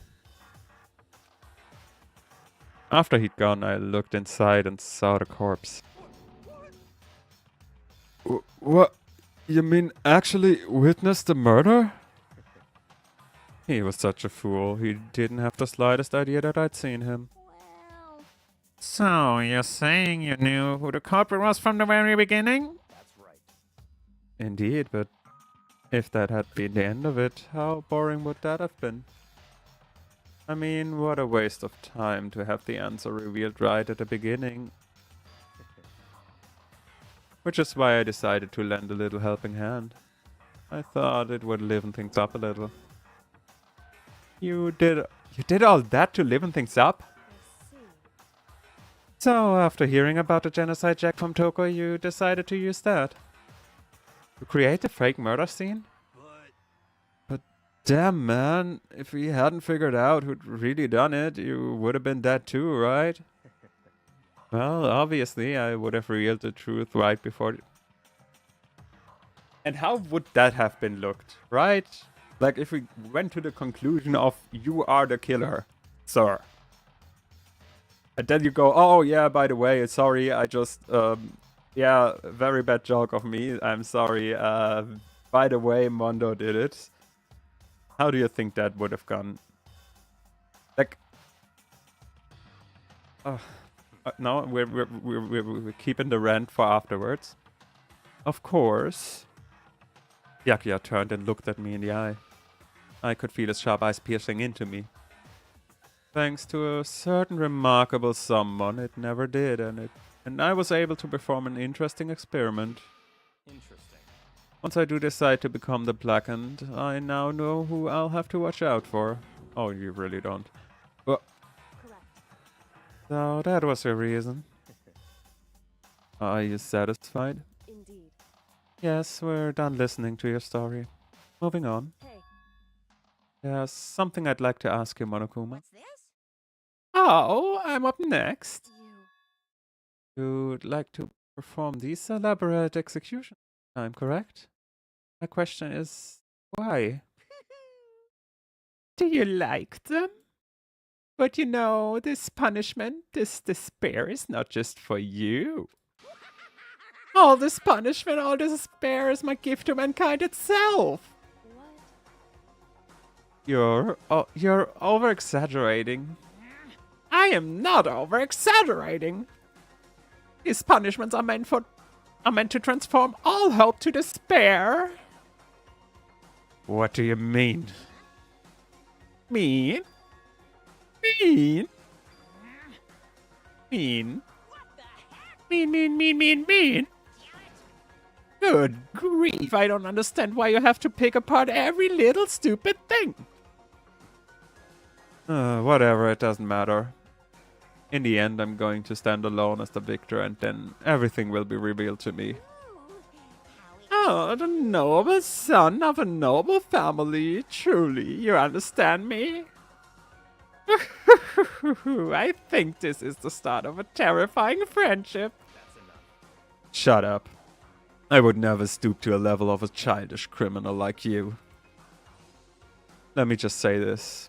After I have achieved complete victory, you're up next. I'm going to find you and kill you, understand? In the name of my family. For which victory is a foregone conclusion. You're getting all riled up. Oh, so cool. It's like you're the main character of a video game or something. No trash mob for you. I swear whatever it takes, I will kill you. Temper. Sounds like someone needs a nap.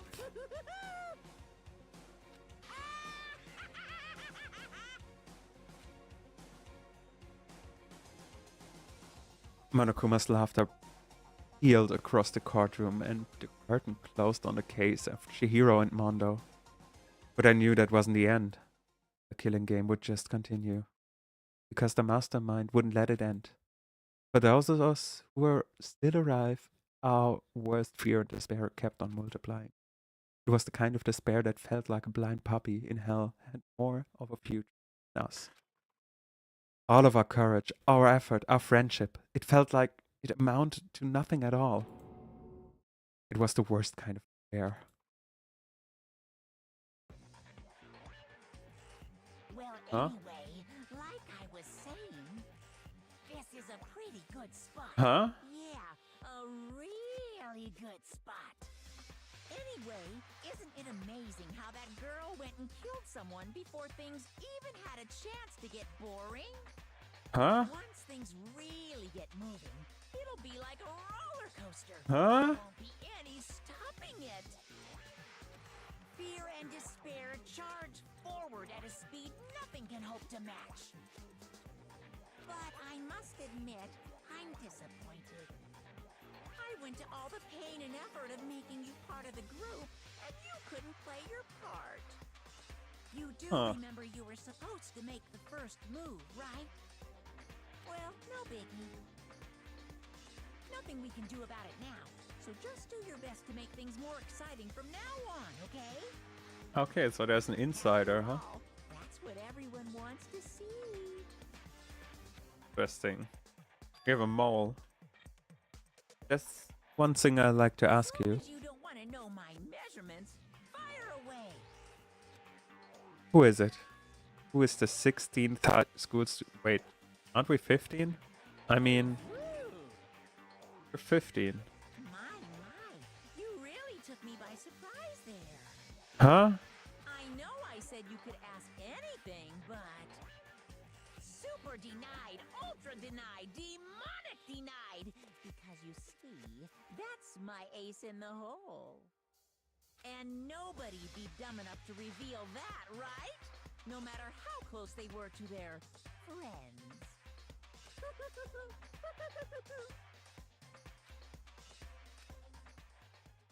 Huh.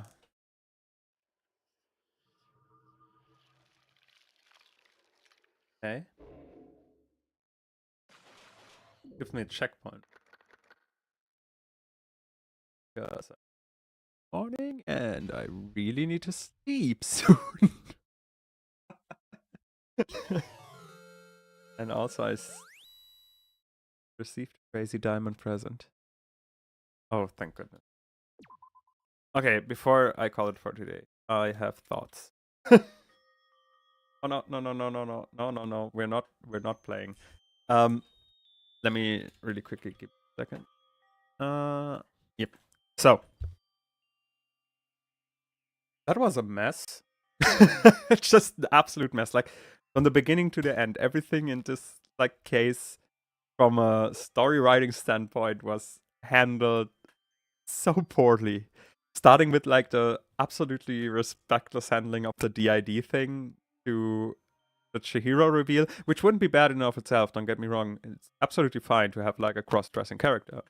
Absolutely, I'm absolutely cool with like representation of all the like things you do and play around with gender roles and everything. But like everyone switching immediately to he him pronouns after the reveal, even though they knew Chihiro as a she her in like everything before, and more treating of like Chihiro was a person that lied to everyone, not like a person that may have been like a little bit divergent in expression, is sadly a thing that a lot of like trans people, I mean, of course, me being in the scene and everything, I have a few friends on the like how do you say, like gender spectrum, and this is like a real thing that happens. Like people, how do you say it? Like people make you the or people say that you cheat them or that you lie to them by like saying you're one thing but you were born a different thing. Like that's the thing that happens. Just to see that happening in the game is, I think, the most respectless way you can handle something like this. And then the whole like, and the like big fuck you on top is like the Byakuya plot, because I think the game wants to make you think that he's like some smart fucker, does things around, but then like just I already said, like, just think this logically too.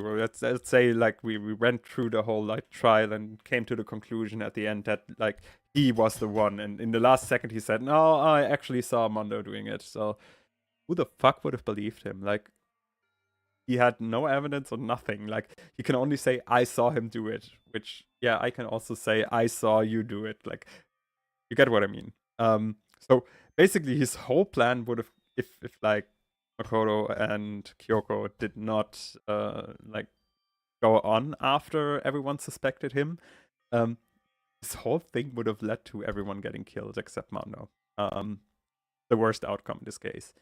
Then the whole Mondo killing Chihiro because